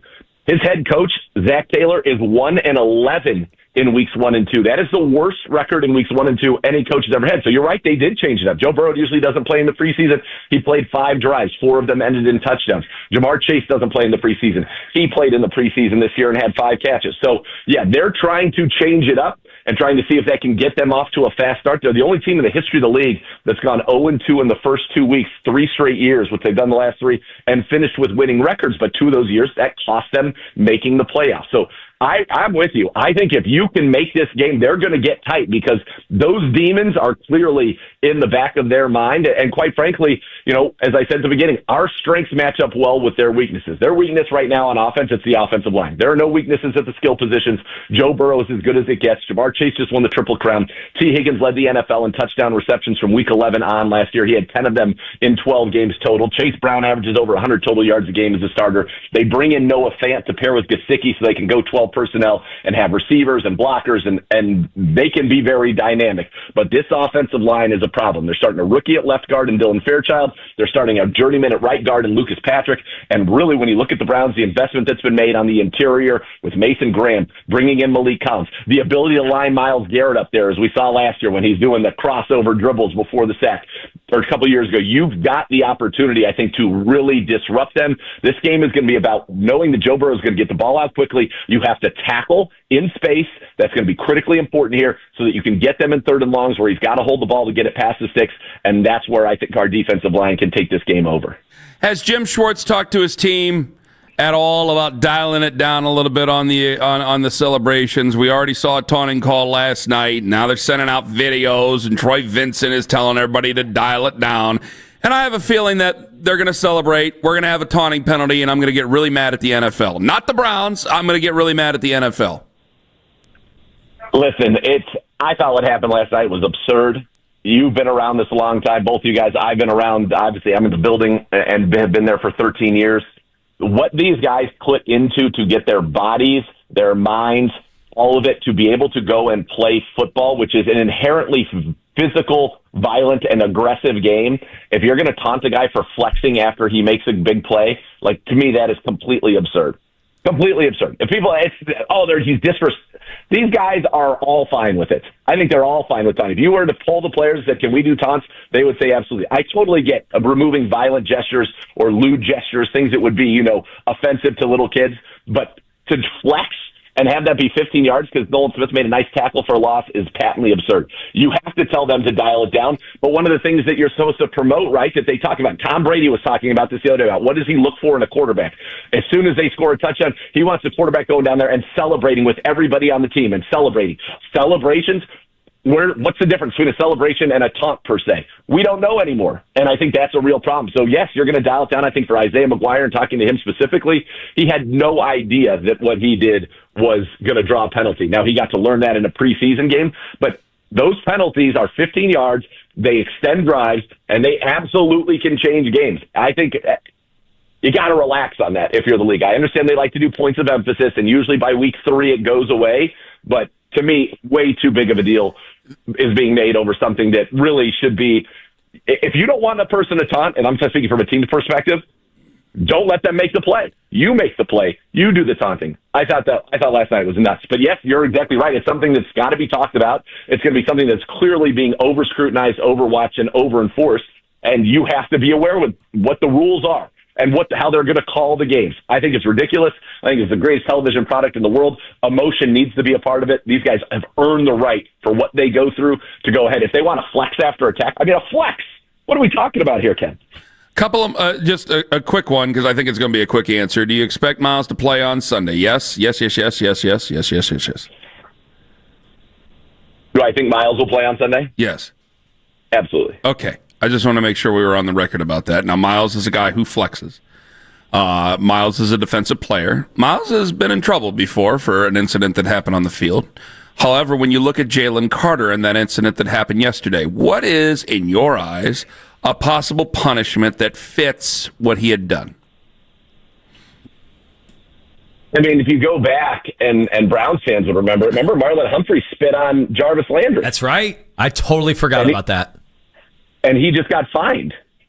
So I don't know how you're going to then you have precedent. He literally spit on Jarvis Landry's back. I forgot about that. So, and he got fined. That was on camera. And that was, by the way, that was the loogie that would have made Seinfeld happy. You could see that one. That had clear visual from far. So if that's the precedent, that's the precedent to me. But the guy missed the game, basically got suspended for a game anyway. You know what I mean? Yeah. He missed the whole game. So I was thinking, because some people were like, for the rest of the season. And I go, okay, you guys, I know there's a history there, but let's not make two things into one and roll them together. Because I actually thought about Romanowski and J.J. Stokes when I was a kid, of all things. You'd think I wouldn't remember that, but I did. And this is 1997 money. Nathan, he got fined $7,500, and he tried to apologize to J.J. Stokes. They had the same age and whatever. So I'm like, well, do you suspend him one more game and then you fine him like crazy? But no, I think you have a heck of a point. It's like, well, you can just fine him like crazy and then we just move on. Yes, I think move on. The good news, because they played on a Thursday, by next Sunday, that's 10 days. There's going to be 38 news cycles. Pablo Torre will break 48 more stories. It's going to be fine. Can you break a story for me, Nathan? I doubt it, but I'll try. Do we know who is running scout team quarterback and imitating Joe Burrow this week? Here we go again. I do. Maybe I do, but I would not come on! To say. Come on! This could make a video. This could make a breaking news video here, Nathan. We've been wondering. That is not my job. I am not an insider. It's been under lock and key all week. It was Zappy. Well, you're not going to get me. It was Zappy, wasn't it? Don't you just go assuming things over there and putting him in a difficult song of silence. Blink twice if it was Shedeur Sanders. But they can't see him. We're the only ones on camera. Damn it, that was stupid. I don't want no text from nobody over there. I want for what Lima just asked. I'm going to tell you guys that right now. Who's the dog pound captain? Shut up. Logo at midfield. I don't know. That I do not know. Legit. Which one? The dog pound captain. Oh, I thought you were asking answering the second question he had asked. I think we might have seen something on. We might have seen something on TV that tipped us off what the logo is at midfield. I'm crestfallen. That's all I can say right now. Nathan, why are you crestfallen? Because he loved the elf. I love the elf. Yeah, you liked Proud Brownie. That was he really resonated with you. Yeah, I'm wearing his hat right now. I've seen you stand in that posture before, so I get it. Mm-hmm. Except he was wearing clothes. I was naked. Nathan, thank you for the time. Not when I saw you. Thank you. Nathan, thank you for the time. All the best. All right, see you guys. Goodbye. Nathan Zagura on the Fan Hotline.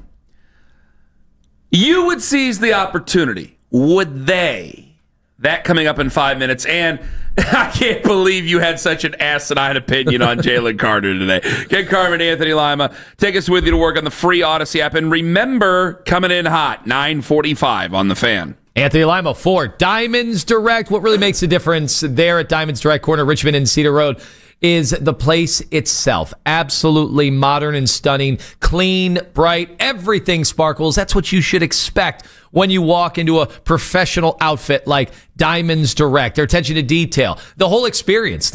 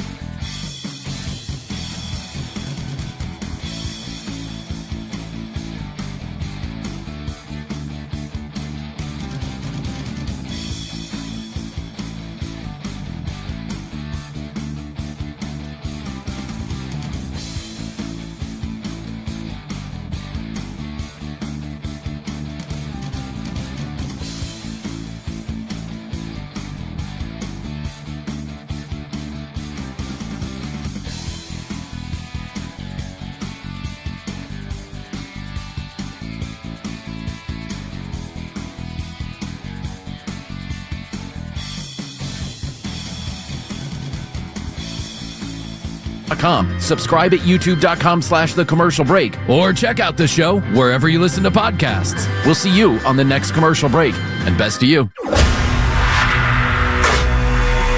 Headline sports news every 20 minutes from the University Hospital's sports desk.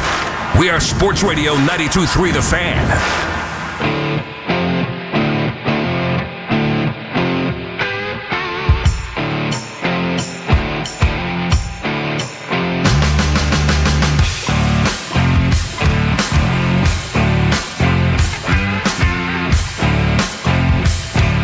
Coming in hot, coming up at 9:45. Why do you keep asking about the stupid scout team thing? Stop asking that question. It's just for background information. No, there's something there. Stop being an idiot. No. Wait a second. We know Joe Flacco's the starting quarterback. Come on. We're not you don't need that. to do this. You don't need to do this stupid stuff. We know Dylan Gabriel before the season right before the season starts. Kenny Pickett's gone, right?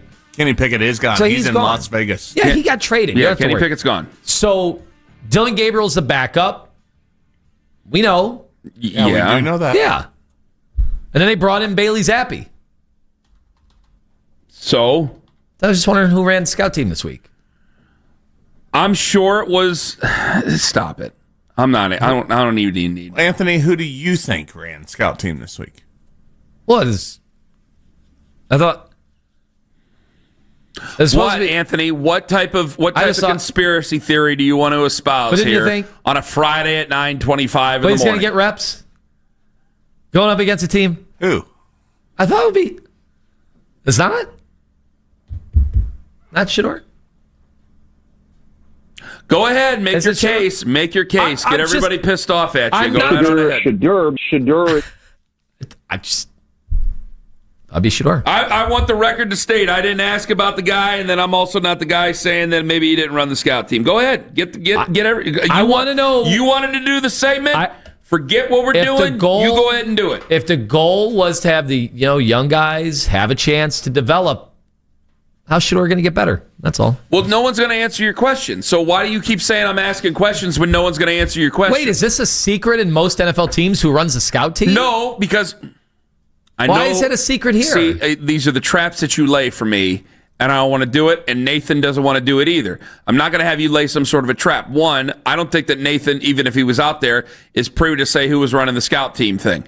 Okay? Because if it were Shador, then you have a big conversation starting about your third-team quarterback that you don't want to have. And then if you say it was Bailey Zappi, well, you have a totally different conversation about your third-team quarterback that you didn't want to have. So there's no answer you're going to get unless you go snooping, and good luck doing that. So why don't you just drop it? Because you're not going to get the answer. And even if what is the answer you want? What is the answer you want? I think I was just hoping to see that we had an answer. Because I don't think... You don't think they went out there with just 10 guys on scout team? I think, see, this is where I agree with people who send me cuss out emails about you. And they go, how do you work with that guy every day? Because look at the look on your face. Now they can see the look on your face on YouTube. What is that supposed to mean? Because I know what you're doing, and I don't like it. I don't think Browns fans like it. I'm being serious. I don't think Browns fans like it. What don't they like? That you're trying to get them thinking about what's going on about a third-team quarterback before. So now all you're doing is alienating us from everybody. Second. We talked about the guy the entire camp. Now we forgot about him? Yeah, that's what you do with third-team QBs. And because we don't know what the goals were for this season. Maybe he did go to the wrong team. I can't. Shador. They can see your face. Can't even get on scout team? They can see your face. It doesn't work anymore. They got to sign guys off the street to do scout team? They don't trust them to even do that? Okay. You don't know what the answer is. So why are you asking the question? Maybe Ryan Clark and Hugh Douglas. Maybe why does Ryan Clark and Hugh Douglas get brought into this? Yeah, they had some questions about whether the Browns were the right team. I'd rather hear Buster Douglas. Wonder how Peterlin thinks about this, if it's true. I'm not talking about Peterlin. I'm not getting into sensitive subjects. I don't think Peterlin's going to give the pass to the Browns on this one. I'll tell you that right now. All you're doing is making people upset. And you need to What stop. are they saying in the chat? I don't know what they're saying in the chat. I was trying to find. We remind everybody. I accidentally X'd show out, us live on YouTube. Okay, well, the people watching on YouTube right now can see your face, and they know that you're trolling them, and they don't like it. Stop trolling them. I don't think it's a troll to just wonder. I think it is a troll. Okay, so what's the point you're trying to say? Give me a point. Give me a point of what you're trying to make, of what you want to accomplish here, and then we'll move on. I would like to know how Shedeur Sanders is getting better every week with the Cleveland Browns, while he is an afterthought in the rotation. So you need to find out whether or not he's running scout team. I'd like to know. See, I don't believe you. I just saw the face you just made, and I know when you're lying to me, and you're lying to me right now, and that means you're lying to all the listeners and the viewers on YouTube. That's what you're doing. I'm dead serious. I think it's and I'm dead serious. I think it's a normal question, and we're the only team in the league that has kept their scout team under lock and key. I think every team keeps their scout team under lock and key. I think you can ask any team in the NFL, and they would tell you who's quarterbacking the scout team. What media is allowed to film the scout teams in the NFL? It's not about filming. I think they would just say. They would say, such and such was running scout team. No, Kyle McCord might be running scout team for Philly. No. You don't think they tell you who runs the scout team? They might tell Kevin Kugler. They're not going to tell us. And Kevin's not going to tell us because everybody it's proprietary. Everybody in the chat wants to know who's running the scout team. That's not true. It's going right now. That. I don't believe that for a second. Oh, and take a look and see whether or not the people in the chat want to know. It says, okay, we've got it right here. Nathan, who's running the scout team. That's Tim. I wish I knew who was running the scout team. Dennis, 69. Andrew, and obviously what's going on with the scout team? Yep. Who is the that's quarterback? ridiculous. When are we going to find out who's on the scout team? Anthony in Bay Village. Tim doesn't count. I don't know who Tim is, but he doesn't count. Scout team quarterback? Question mark? Yeah, because he's probably going, I can't believe before the game, the first game of the season. I think he's sitting there going, I clicked into YouTube Live. I get to see Ken and Anthony live. And now I'm clicking into this, and they're talking about the scout team quarterback before we play the Cincinnati Bengals. Why are we talking about the scout team quarterback before we play the Cincinnati Bengals? Who is Hoff, Jay, and Madison? I don't get to do anything. When are we going to find out who's running the scout team? I don't get to do anything of what I wanted to do. I don't get to do anything of what I wanted to do in this segment because you got to keep up the. It's not. How is it important? Why is it important? Why is it important that you know? Because all you want to do is create dissension. That's all you're trying to do, and I'm not doing that on a Friday. Okay. If they start 0-1, maybe I might join you. Are you reading this, Owen? Are you reading these? Yes. They're coming fast They and are flying in right now. No, come on, Davey. Why isn't Shedeur being talked about? Hold on. Let me click on the. Fine, I'm going to click on the. That's thing. why you go to the chat. We remind everybody, we're on YouTube now. Okay. 923 The Fan. Here we go. Running scout team is not a promotion over third string. Well, no, wait a minute, guys. That is what third string is. Damn it. No, James Brady. I don't need top. No. Everybody needs some top, but I you want to know. I don't give two flying Fs about who's running the scout team. Thank you very much, Jared. All right, I'm cutting back out. Just trade Shedeur to the Jets, please. Thanks, guys. Well, and then Jared just wrote again. Oh, you mean the scout team quarterback? Yes, I want to know that. All right, it's a golden opportunity on Sunday, but whatever, fine. I got to move. I agree with you. I agree. They'll silence. See, you upset me. I wrote down what, and now I don't even remember what I was going to do. If they win on Sunday, it'll silence a lot of the scout team stuff that has been drummed up this week. By you. I've been hearing it on every outlet. Stop looking at him like that. Every outlet that I listen to. They know the tricks of what you're doing. Stop it right now. Now, I wanted to get back into whether or not I'm crazy to say 8 wins is what I wanted to do. And whether or not people are believing. It's been a 4-hour show. Much more rational and up until now, it's been a fine show. Exactly, it is a much more rational conversation. Yes, it is. Because we've never cared about who runs a scout team in 14 effing years on this show. So don't go and give me that. Oh, that's a more relevant. No, it's not. It's not. Stop laughing in there because they can't see you. This is ridiculous. I've had enough of this stuff, and I'm about to start cussing. I'm serious. Now, it's Friday before the 10th. I sound like Bobby Knight in the locker room. I just realized what I sound like. He's about to choke me like Neil Reed. R.I.P. People are wondering if we can power rank the best scout team quarterbacks. Well, you're in luck. Now, does it depend what kind of quarterback they're going up against each week? Of course. Like, if it was Lamar Jackson, would it matter? Or if it was Joe Burrow? Right. I want to die. If it's Kyler Murray, there's an obvious guy that should be running scout team. Who's that? Well, Dylan. Dylan Gabriel. I wish the Lord would take me now. If they were going up against Doug Flutie. Dylan Gabriel. Yeah. If they were going up against Peter Dinklage. Dylan Gabriel. Dylan Gabriel. That's who should do it. You're trying to imitate who the starting quarterback is. I mean, come on. Asinine. You're an insult. At least you're not an insult. I don't know. Travis and North Royalton, this better not be about the scout team. I mean, if Bailey Zappi doesn't give him good looks on Monday, we're going to wonder if Shedeur could have given him better looks. Damn it. And then if Shedeur is placed as the scout team quarterback week 2 and they win, imagine what he could do with the first or second team? I hope the rest of your day's bad. First rational call we've taken all. It's about time. Don't forget, coming in hot. We are just moments away. Peter and Eastlake, this better not be about the scout team. Who cares about the scout team? Thank you. Who cares? Ken, I don't think you're crazy for thinking they could be an 8-win team. Thank you again. Training camp. Thank you again. You're welcome.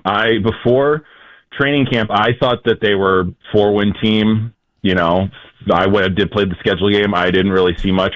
But afterwards, I decided to let me look at it again with my rose-colored glasses. Well, you got to get a look at it. The Browns. And I mean, the Vikings, walking around the the court, Dolphins, looking at the it. Patriots, the Jets, the Raiders, the Titans, the Bears, they're all susceptible. I don't think that those are browbeaters. I think that they're susceptible to being gotten. And I think we can. Is Sunday a must-win? For the Bengals, yes. For us, no. Wait a minute. For the Bengals, it's a must-win? Yeah, they have to win. They've like put so much emphasis on winning this game and starting fast. And we're the Browns, and they should come into our house and dominate. So if they stumble and we steal one from them, they're going to be looking at themselves like, what have we been doing for 5 weeks? What have we been preparing for in training camp? Like all this focus, all this energy, us playing in the preseason, it's all for naught because the Browns got us, the dog pound, metaphorically stabbed us. That's a hell of a point here. Well, Peter, think about this. That's a hell of a point. Because if they can't recover from this, and Peter, thank you very much for the call. If they can't recover from this down there, then I have to call out Joe Burrow's leadership. Right? Right. I agree. The question is, who are the Bengals running on scout team? Oh my God. I want you to get ready for Joe Flacco. Good question. We'll see if we can find out. I'm going to I hope Rapine right you eat now. something that gives you dysentery later. Not Joe's Hall of Fame beef. Earn that. I hope bad things happen to you. Coming up next, coming in hot, 216-474-0092, where Charles says Owen is the king of puns, Lima is the king of trolls, Ken is the king of fat. Taylor says when Ken is horizontal, his nostrils look like 2 hot air balloons.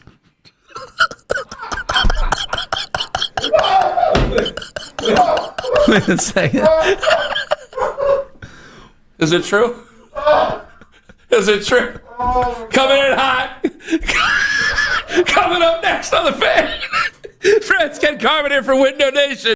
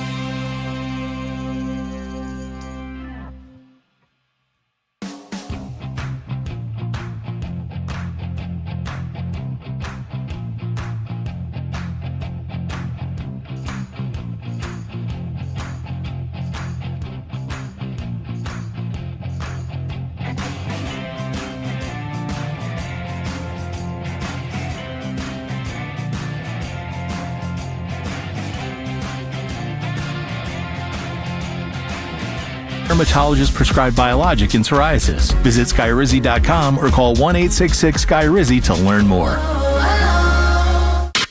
Sundays do not exist without us. Pump fake, he's going to run. He jumps. Touchdown on 4th down. This is the radio home of the Cleveland Browns. 92.3 The Fan.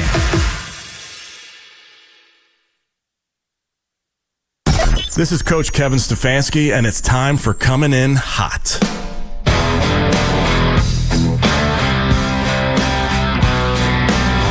Janko says, by the way, if any of you say it's only week 1 on Monday following a blowout, then you'll never beat the water-carrying allegations. That's a good point. That's a damn good point. Before we start coming in hot, that's a damn good point. Do I got to kill them if they get blown out? They can't get blown out. They can't get blown out. No matter what I said all week. We set a high bar around here, man. We can't get blown out. No matter what I said all week about, what could happen this week, we tried to you laid out a great case about why they absolutely not only just have a chance to win, why they can win, and maybe you could even expect them to win. Getting blown out would be disastrous in the opener. No. But yeah, I mean, you'd say that. Most teams in the league would say that, but this would feel particularly... No, I got to tell you. Like, if the Eagles, if they got blown... if the Eagles would have got blown out, I think you kind of cool them down, but it's calm. I think you kind of calm down, but it is Philadelphia. Yeah, I think a lot of teams, you're right. I think a lot of teams would freak out, but they wouldn't just completely pack it in. Like, if they go out and they get blown out on Sunday, I think a lot of fans would go, all right, that's it already. Like that, they don't care. Don't be getting blown out, for the love of God. I got to tell you, I don't think I can find a scenario where I hate the Eagles. Like, if they beat us in a Super Bowl someday, but that's a football guy's football team, the Eagles, man. Line it up, pounding it at you. Jaylen Carter, he's going to spit on you. I mean, it's a football guy's football team. By the way, I've had a lot of people say that spitting is worse than fighting. I've had a lot of people say spitting leads to the fight. But I don't think it's worse. I think it's bad, man. It's real bad. It's really ugly, really disgusting. Like, if you spit on somebody, you better be confident you're going to win that fight, because it's a fight. It's time for Coming In Hot.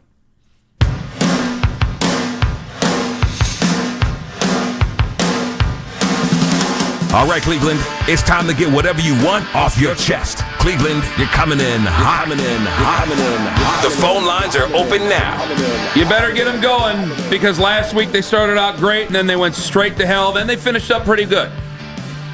I don't want no dips, except for the wonderful daisy dips, like the French onion dip and the ranch dip that you can get at any convenience store. No, they got to stay good. Keep them at a good, strong level. Tone, you ready? Let's go. Gladiators, ready? Hello, you're coming in hot. Rush Limbaugh filling in for Ben Shapiro today from behind the golden microphone with talent on loan from God. Now, I hold here my formerly nicotine-stained fingers. Mr. Snurley, what is this you've handed me? I see. Ohio high school football betting lines. Well, I haven't seen anything this despicable since Dennis Kucinich boarded Air Force One with Barack Hussein Obama. I mean, where do these drive-bys get off having Terry lay 6.5 to Kirtland? Give me the Hornets in a landslide. Folks, hang tight. We'll be right back. See, that's a good workaround. So I'll just come out and say it. Reflog. Chris, good guy. We are pro reflog. We are friends with each other, but we do feel like, we were doing the sharps and vermilion. All of a sudden, he started putting out the lines. It felt like we got kind of robbed there. Felt like we got robbed, and so we don't do sharps and vermilion anymore. But you can go to his Twitter feed if you want to see. But you can go to his Twitter account. Yeah, that's fine. Still like him. Still our buddy. Let's go to you coming in hot. Hello.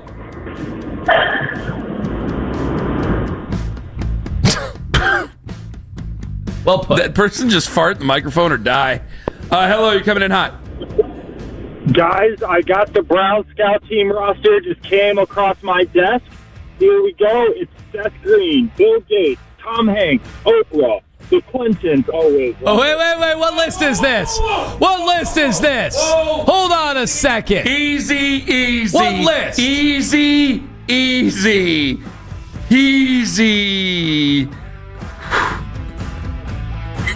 Man, I'm usually on top of that. That one swung by me right there. Hello, you're coming in hot. Guys, come on, put the windows up. Hello, you're coming in hot.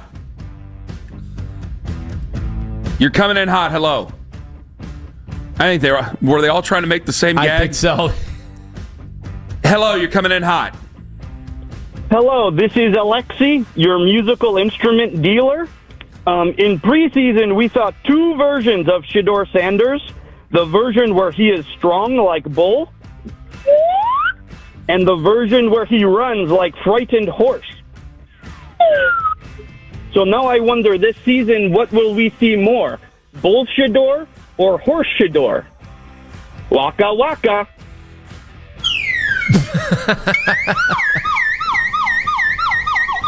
You found it just in time. Barely. I wish people noticed how much you were scrambling for that. Oh, it was a mad dash. Hello, you're coming in hot. Chase Brown, the ball carrier. Good for a 2-yard gain.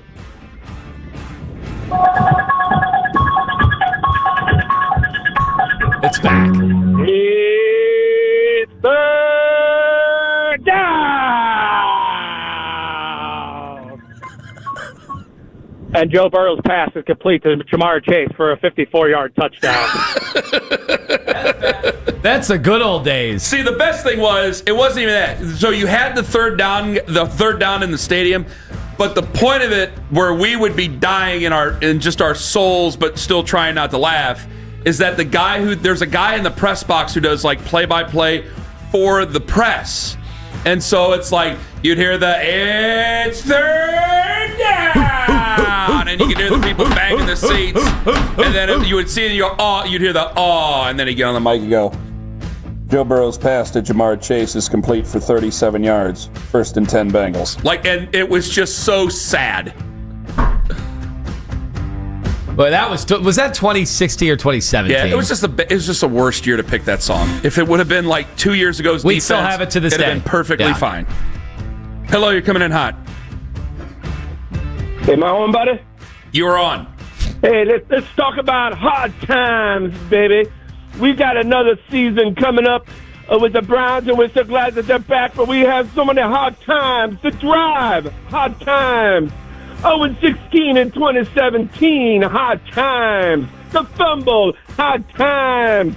The move, harder times. Bring them on, baby. We're ready for another season of hard times. It's pretty decent.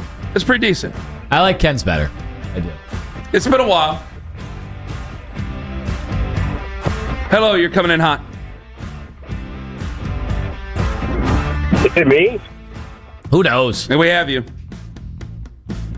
Bro. They give him a watch, kick him in the butt and say, hey, Andrew Bear took your place, Daddy. Now that's hard times. That's hard time. Hello, you're coming in hot. Oh, boy. Pretty gross stuff this morning from apparently half the city and your greasy co-host there, Ken. Yeah, that's true. You know, all tough and greasy, and I don't care if people spit. Look at me, I'm toned. Burpa-derpa-der.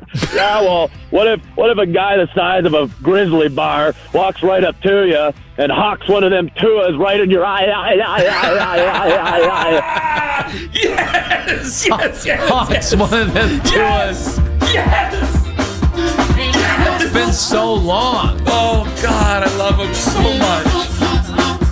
That's it. High guy does it. So good. The computer's going nuts right now. Yeah, fatal error. What's going on? Yeah, fatal error. Might want to call in Dan. Maybe he's already in the system. I don't know. Good luck with the phones, Baskin and Phelps, because they just died. All right, big thanks to everybody who joined us today. Joe Thomas was sensational. His answer about why he went on Johnny Manziel's podcast, which basically he was hoodwinked, he was bamboozled. He went on, and then the clip of Johnny Manziel started going around, and he's going, oh, no. Also, big thanks to Nathan Zagura. I'm glad he didn't crack on the scout team, the stupid scout team question. And thanks to Daryl. We're back on Monday morning, 6 to 10, hopefully after a big Browns win. For Big Country, for Jeff, for Mitch, for the Slippery Wizard, Anthony Lima, I'm Ken Carman. 1-N-O. 1-N-O.